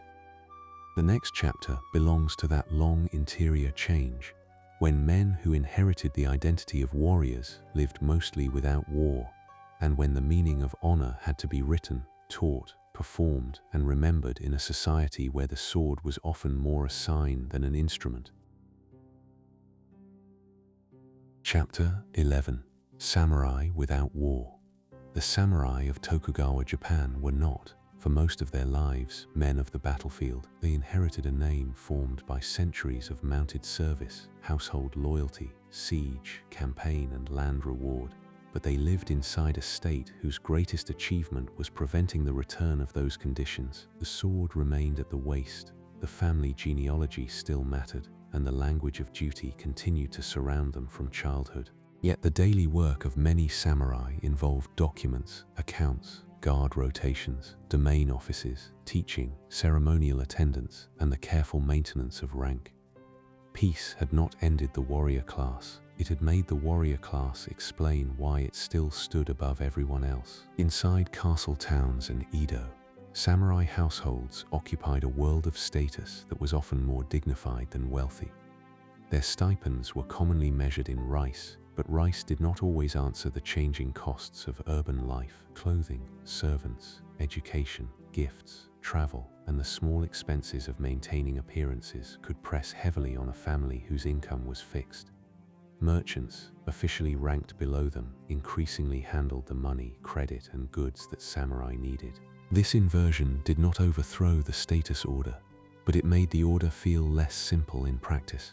A man could possess the right to wear 2 swords and still owe money to someone he was taught to consider socially inferior. That contradiction helps explain why the Tokugawa period produced so much writing about samurai conduct. A warrior class with little war needed moral definition. Thinkers, teachers, domain scholars, and household instructors described loyalty, self-control, frugality, learning, obedience, and readiness for death in language that made samurai identity feel purposeful, even when practical military service was rare. The older bond of battlefield reward had been replaced by stipend and office, and the older proof of courage had become less available. Moral writing did not merely preserve an ancient code, it answered a new problem created by peace. Yamaga Soko was one of the figures who helped give this problem intellectual shape.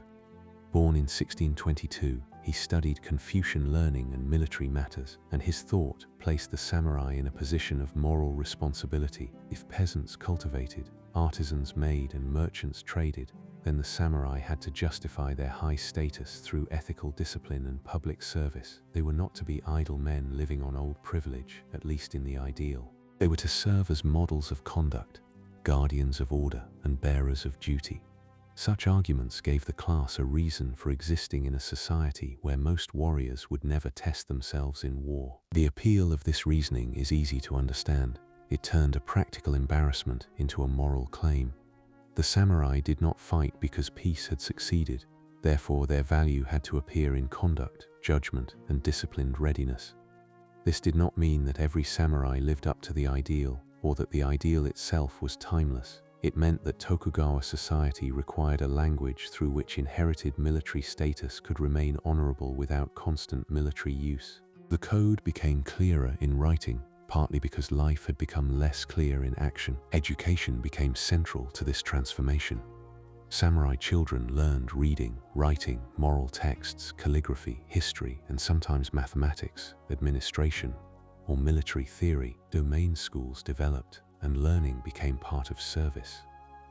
A retainer who could manage accounts, draft reports, understand law, and instruct others might be more useful in ordinary life than a man known only for strength. The brush did not replace the sword as a symbol, but it often mattered more in practice. Within many domains, a samurai's future depended on office, competence, and the favor of superiors who valued order more than display. Miyamoto Musashi belonged partly to an older and more violent world, yet his later writings entered the Tokugawa age as reflections on discipline. Born around 1584, he lived through the last great years of unification and the early decades of Tokugawa peace. His reputation as a swordsman grew from duels and martial skill, but the Book of Five Rings, completed near the end of his life in 1645, is not merely a manual of combat. It is a text about timing, perception, steadiness, and the relation between technique and mind. Its later fame sometimes makes Musashi seem like a timeless emblem of the warrior, but his writing also belongs to a moment when martial knowledge was being preserved, studied, and interpreted in a society moving away from war. Musashi's life reveals the transitional quality of the early Tokugawa decades. He was associated with wandering, dueling, service, art, and writing, and his later years included painting, calligraphy, and reflection. The image of the swordsman alone on the road belongs partly to memory and later storytelling, but the broader historical point remains useful. Martial identity was becoming something that could be written down, systematized, inherited through schools, and practiced as discipline rather than battlefield necessity. Swordsmanship did not disappear. It moved into dojos, lineages, manuals, and controlled forms of transmission. The Tokugawa state watched violence carefully. Vendettas, duels, and private retaliation did not vanish, but they existed under regulation and scrutiny. A samurai's right to carry swords did not mean an unrestricted right to use them. The shogunate and domains wanted order, and order required limiting private conflict among armed men. This too changed the meaning of honor. In an earlier age, a violent response to insult might appear as proof of spirit. In Tokugawa society, the same response could become a legal problem, a threat to household survival, or a disturbance to public peace. The incident of the 47 Ronin shows the tension with unusual clarity. In 1701, Asano Naganori, the daimyo of Ako, drew his sword and wounded Kira Yoshinaka inside Edo Castle after a dispute whose full causes remain uncertain. Drawing a weapon within the shogun's castle was a grave offense, whatever grievance lay behind it. Asano was ordered to commit ritual suicide and his domain was confiscated. His retainers became ronin, masterless samurai, deprived of the lord whose service had defined their position. The legal decision was clear.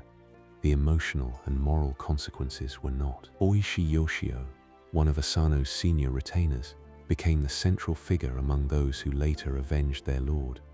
The men waited, concealed their intentions, and eventually attacked Kira's residence in 1702, killing him and presenting his head at Asano's grave. The physical act became famous, but its historical importance lies in what followed. The shogunate had to decide how to judge men who had broken the law in a way many people understood as loyal. They had avenged their lord, yet they had also carried out private violence after the authorities had already issued judgment. Loyalty and order, both central to samurai ideology, stood in conflict. The shogunate ordered the ronin to commit ritual suicide rather than executing them as ordinary criminals. This decision itself showed the difficulty of the case. It punished the breach of public order, while acknowledging the status and moral seriousness attached to their conduct. The men became, in death, examples over whom Japan could argue. Were they perfect models of loyalty, or men who had allowed private feeling to disturb lawful government? Tokugawa society did not answer in one voice. The very debate made them powerful. The story quickly entered theater and popular culture, especially through puppet theater and kabuki, where it was reshaped under titles and disguises to avoid censorship. Chushingura, the treasury of loyal retainers, became one of the most enduring dramatic traditions in Japan. The transformation from legal incident to cultural monument reveals how samurai memory worked in the peaceful city. People who did not live as warriors could watch loyalty performed. Merchants, townspeople, and samurai alike could enter a story where duty appeared intense, purified, and beautifully arranged. The stage made samurai ethics emotionally available to a society that mostly experienced samurai power as hierarchy and administration. The 47 Ronin also show how carefully Tokugawa peace contained violence by turning it into memory. The actual incident was limited, judged, and closed. The cultural afterlife, however, continued for centuries. In that afterlife, loyalty became easier to admire because it no longer threatened the street outside. This is one of the notable patterns of the period. The more distant real warfare became, the more sharply certain ideals of warrior conduct could be staged, written, taught, and remembered. Peace did not weaken the samurai image. In some ways, it polished it. Not every samurai lived near such moral drama. Many lived within the slower pressures of household survival. Lower-ranking retainers could struggle with debts, side occupations, or the need to educate sons for limited offices. Some domains encouraged frugality. Others tried reforms to reduce expenses or improve finances. Samurai sometimes pawned goods, borrowed from merchants, or took on teaching and craft activities that sat uneasily beside their formal status. The great houses and high officials remained impressive, but the class as a whole contained wide differences of income and security. Status did not feed a household by itself. The merchant cities around them grew more confident. Edo, Osaka, and Kyoto developed publishing, theater, pleasure quarters, commercial networks, and urban cultures that did not belong solely to samurai authority. Books circulated, Woodblock prints spread images of actors, courtesans, landscapes, and famous stories. Lending libraries and publishers made narratives available to wider audiences. The samurai were officially above townspeople, yet townspeople increasingly shaped the culture through which samurai ideals were consumed. A warrior class ruling a peaceful society could not fully control the meanings that society made from it. Domain administration grew more demanding as the Tokugawa centuries continued. Agricultural productivity, flood control, forest management, village petitions, tax assessment, famine relief, and fiscal reform all required attention. Samurai officials therefore operated inside a practical world where the dignity of service might mean listening to village headmen, inspecting accounts, negotiating with merchants, or reporting crop conditions. This was not the image later cinema would favor, but it was central to how the class actually functioned.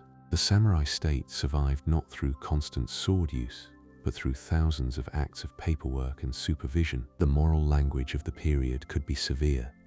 Texts instructed samurai to master emotion, accept death, serve faithfully, and place duty above private comfort. Yamamoto Tsunetomo's Hagakure, compiled in the early 18th century in saga domain, would later become famous for its intense statements about death and service. Though it was not a universal samurai Bible in its own time, its later reception sometimes exaggerated its representative quality.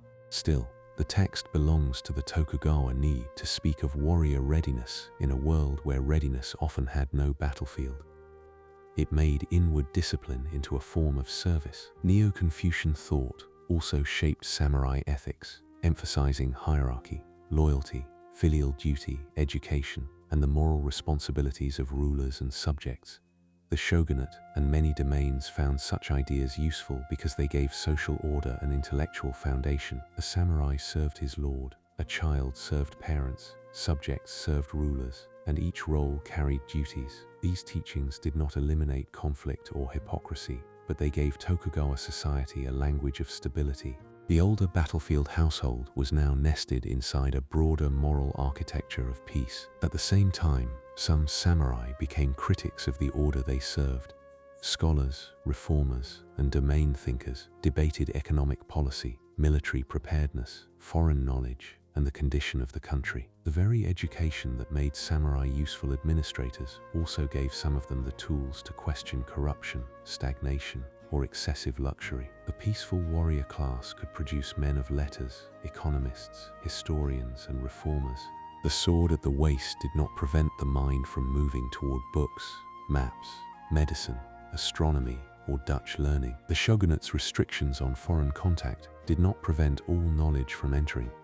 Through Nagasaki, especially through Dutch trade, certain forms of Western learning became available to interested scholars.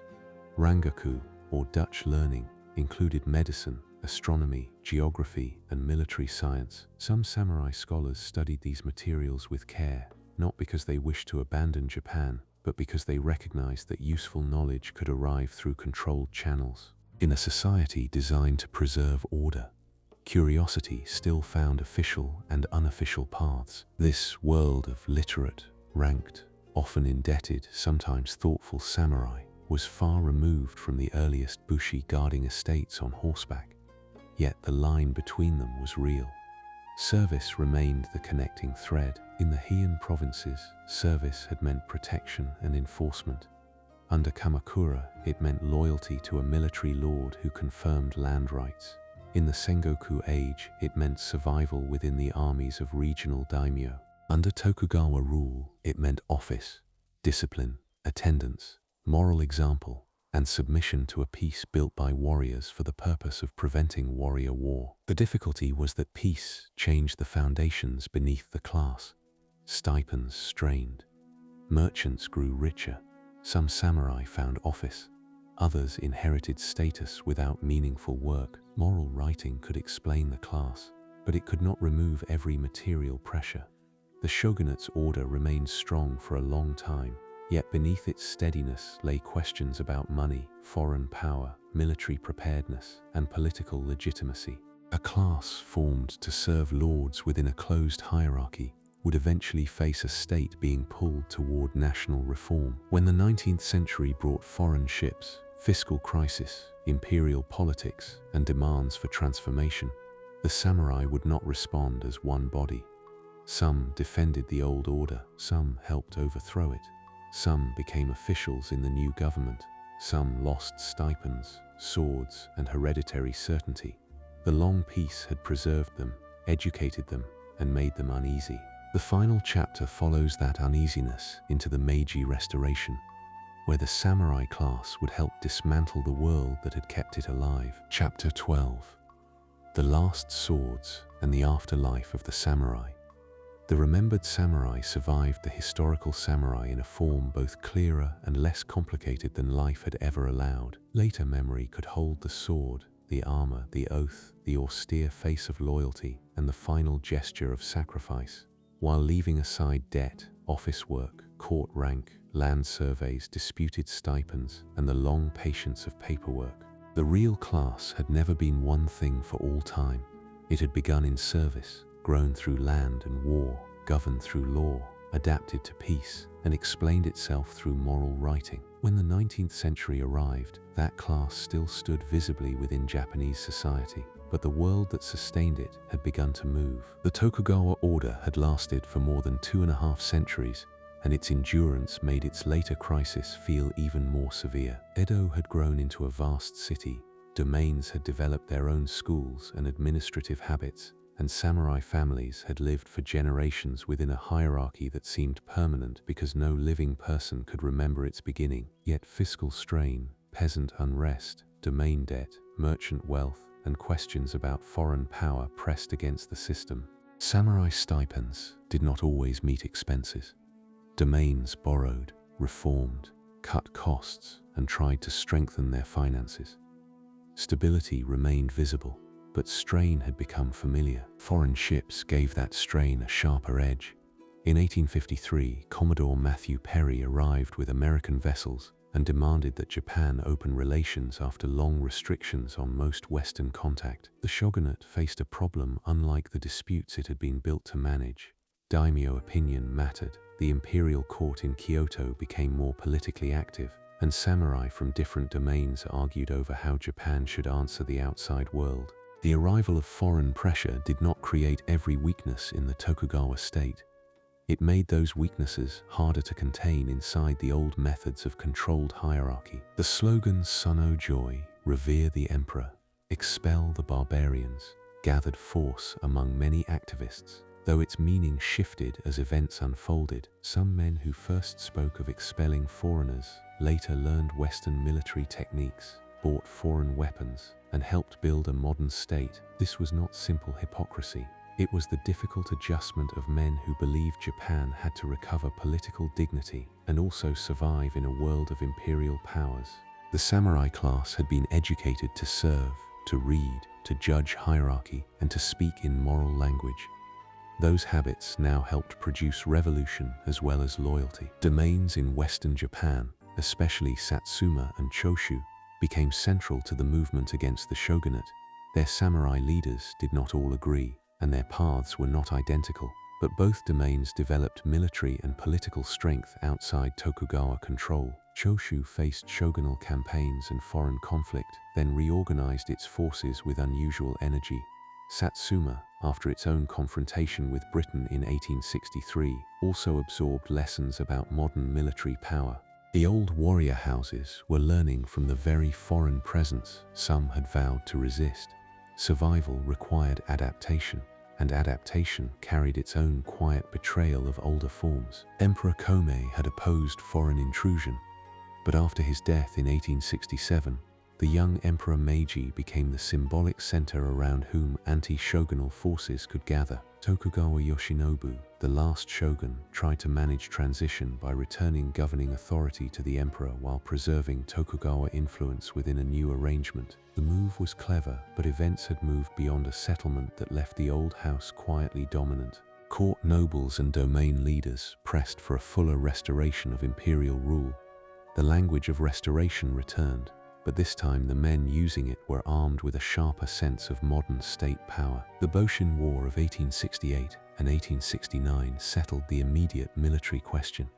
Forces loyal to the new imperial government defeated Tokugawa supporters in stages, moving from the Kyoto region toward Edo and then into the north. Katsu Kaishu, serving the Tokugawa side, negotiated with Saigo Takamori to secure the peaceful surrender of Edo Castle in 1868, preventing the city from becoming the site of a ruinous battle. That negotiation deserves remembrance because it shows another form of samurai service at the edge of a new age. Honor did not always require the prolonging of violence. Sometimes it lay in preserving a city from the consequences of pride. The Meiji Restoration did not merely replace one ruler with another. It began the dismantling of the social and political order in which the samurai had lived. Domains were abolished in 1871 and replaced with prefectures, weakening the hereditary authority of daimyo and tying local government more directly to the new central state. Daimyo were brought into a new nobility, and many former samurai entered government, military, police, education, or administration. The class that had served domains and lords was being redirected towards service to a nation-state. The language changed, and with it the meaning of loyalty. Stipends became one of the hardest problems. Former samurai still expected income from the state because their status had long been tied to hereditary service. The new government, however, could not build a modern fiscal system while permanently supporting a large class of hereditary retainers. Stipends were reduced, taxed, and eventually commuted into government bonds. For some families, this provided a temporary cushion. For others, it brought decline, especially when bonds were sold cheaply or poorly managed. A household that had once measured honor through service now faced arithmetic, debt, and the ordinary harshness of income disappearing. Conscription cut even closer to samurai identity. In 1873, the new government introduced a national conscription system, making military service a duty of commoners as well as former warriors. This reform struck at the old monopoly of arms. If the nation could call peasants into uniform, then the samurai no longer stood as the only recognized fighting class. Modern armies required drill, firearms, logistics, and national organization. The hereditary warrior gave way to the citizen soldier. The change did not dishonor every samurai in the same way because many joined or led the new army, but it changed the foundation beneath them. The Heitorei Edict of 1876, which prohibited most former samurai from wearing swords in public, gave visible form to the loss. The sword had not always been the practical center of samurai life, especially in the long Tokugawa peace, but it had become one of the clearest signs of status. To remove it from public daily wear was to announce that the old distinction no longer governed the street. A man might still possess a family blade, preserve it in a house, or regard it as an inheritance, but the state no longer accepted the sword as an ordinary badge of public rank. The sign had been separated from authority. Saigo Takamori stood at the center of the final crisis of the old warrior spirit, though his life resists easy simplification. Born in Satsuma, he had helped bring down the Tokugawa shogunate and had served the new Meiji government. He was not merely a rebel against modernity, he was one of the men who helped make the restoration possible. Yet he became increasingly estranged from the direction of the new state, especially as reforms reduced the position of former samurai and as disputes arose over foreign policy, military service, and the place of Satsuma men within the new order. His withdrawal from government did not end his influence.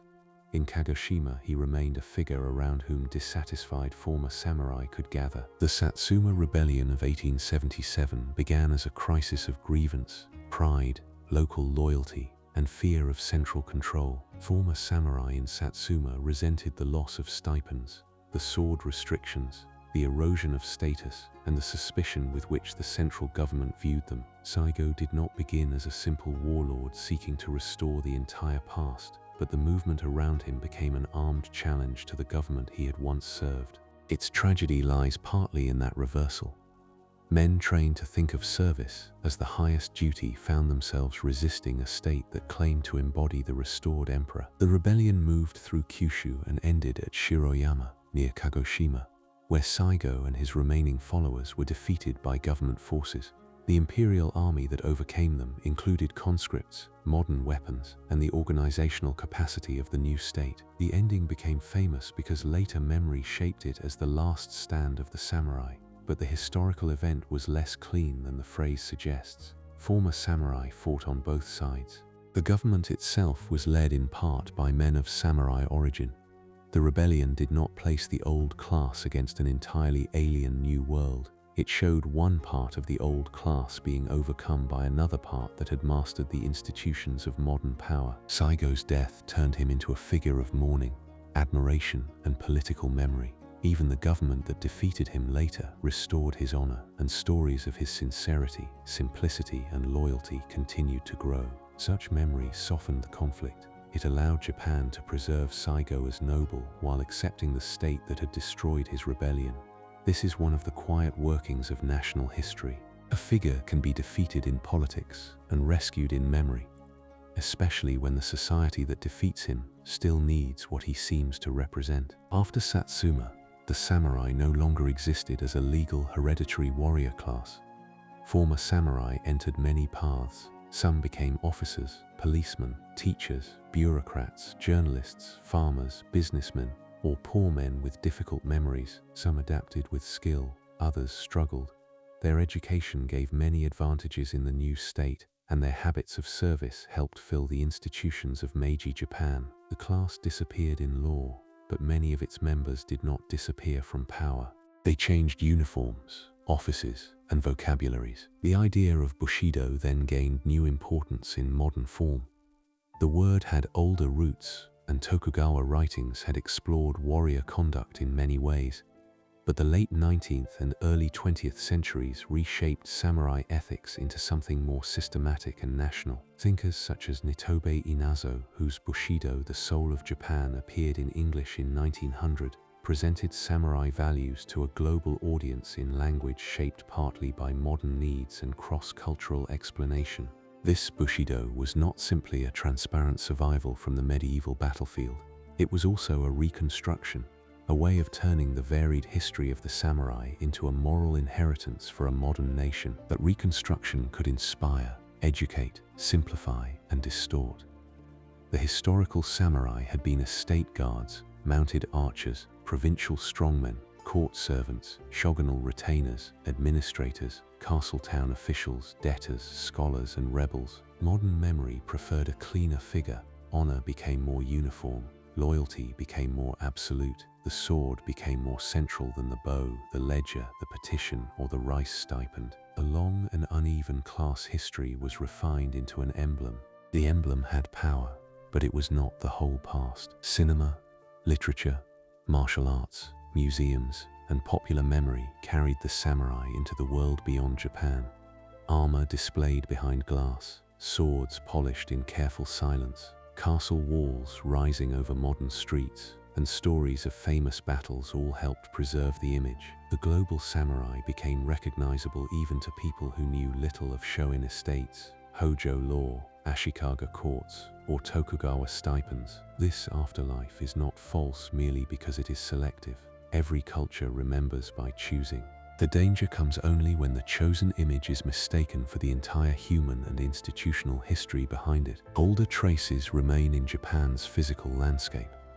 Kamakura still keeps the memory of the first shogunate in temples, shrines, hills, and routes that once carried retainers toward the eastern military capital. Kyoto still holds the layered presence of court, shogun, temple, and war-damaged memory. Himeji and other castles preserve the architectural language of a time when stone, timber, gates, and moats organized authority. Edo became Tokyo, and beneath the modern city lie patterns first intensified by Tokugawa attendants, daimyo residences, roads, and administrative gravity. The samurai are gone as a class, but the spaces shaped around them did not vanish. In family records, old armor, sword fittings, domain documents, temple registers, and local stories, the class remains less polished and more interesting than its legend. A petition for land reward after the Mongol invasions, a legal article from Kamakura, a tea bowl associated with Hideyoshi's world, a stipend record from an Edo domain, or a Meiji bond issued to replace hereditary income can tell as much about the samurai as a blade. These objects restore weight to the parts of history that romance often leaves behind. They show service as an arrangement of bodies, households, documents, debts, tools, and memory. The final shape of samurai history is therefore not a straight line from honor to disappearance. It is a long alteration in the meaning of service: to serve an estate, to serve a court noble, to serve a shogun, to serve a daimyo, to serve a peaceful domain, to serve an emperor, to serve a modern state. Each form carried something forward and left something behind. The word samurai, born from attendants, traveled farther than any single class could have imagined. Its last legal form ended in the 19th century, but its echoes continued through the institutions and stories of the country that replaced it. The swords remained, though most no longer hung at a living official's waist.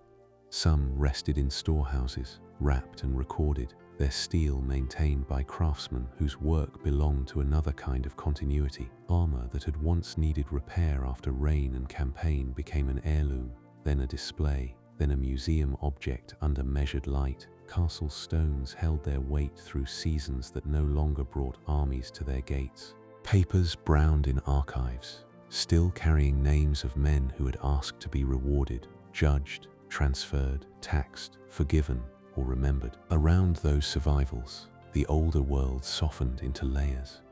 The mounted archer of the provinces, the Kamakura retainer waiting for judgment, the Sengoku commander counting spears and matchlocks, the Edo official bending over accounts, the Satsuma rebel facing a government army drawn from a new age. None of them alone was the samurai, and all of them were.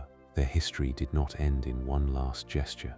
It settled into roads, towns, rituals, books, family names, preserved houses, and the cool surface of metal, kept long after the hand that carried it was gone. And there, in the remaining things, the long story rests, not as a single code, nor as a perfect warrior dream, but as the memory of a class that began in service and passed, century by century, through power, war, peace, reform, and remembrance, until only the quiet materials were left to hold the shape of what had been. The journey is complete. Rest well.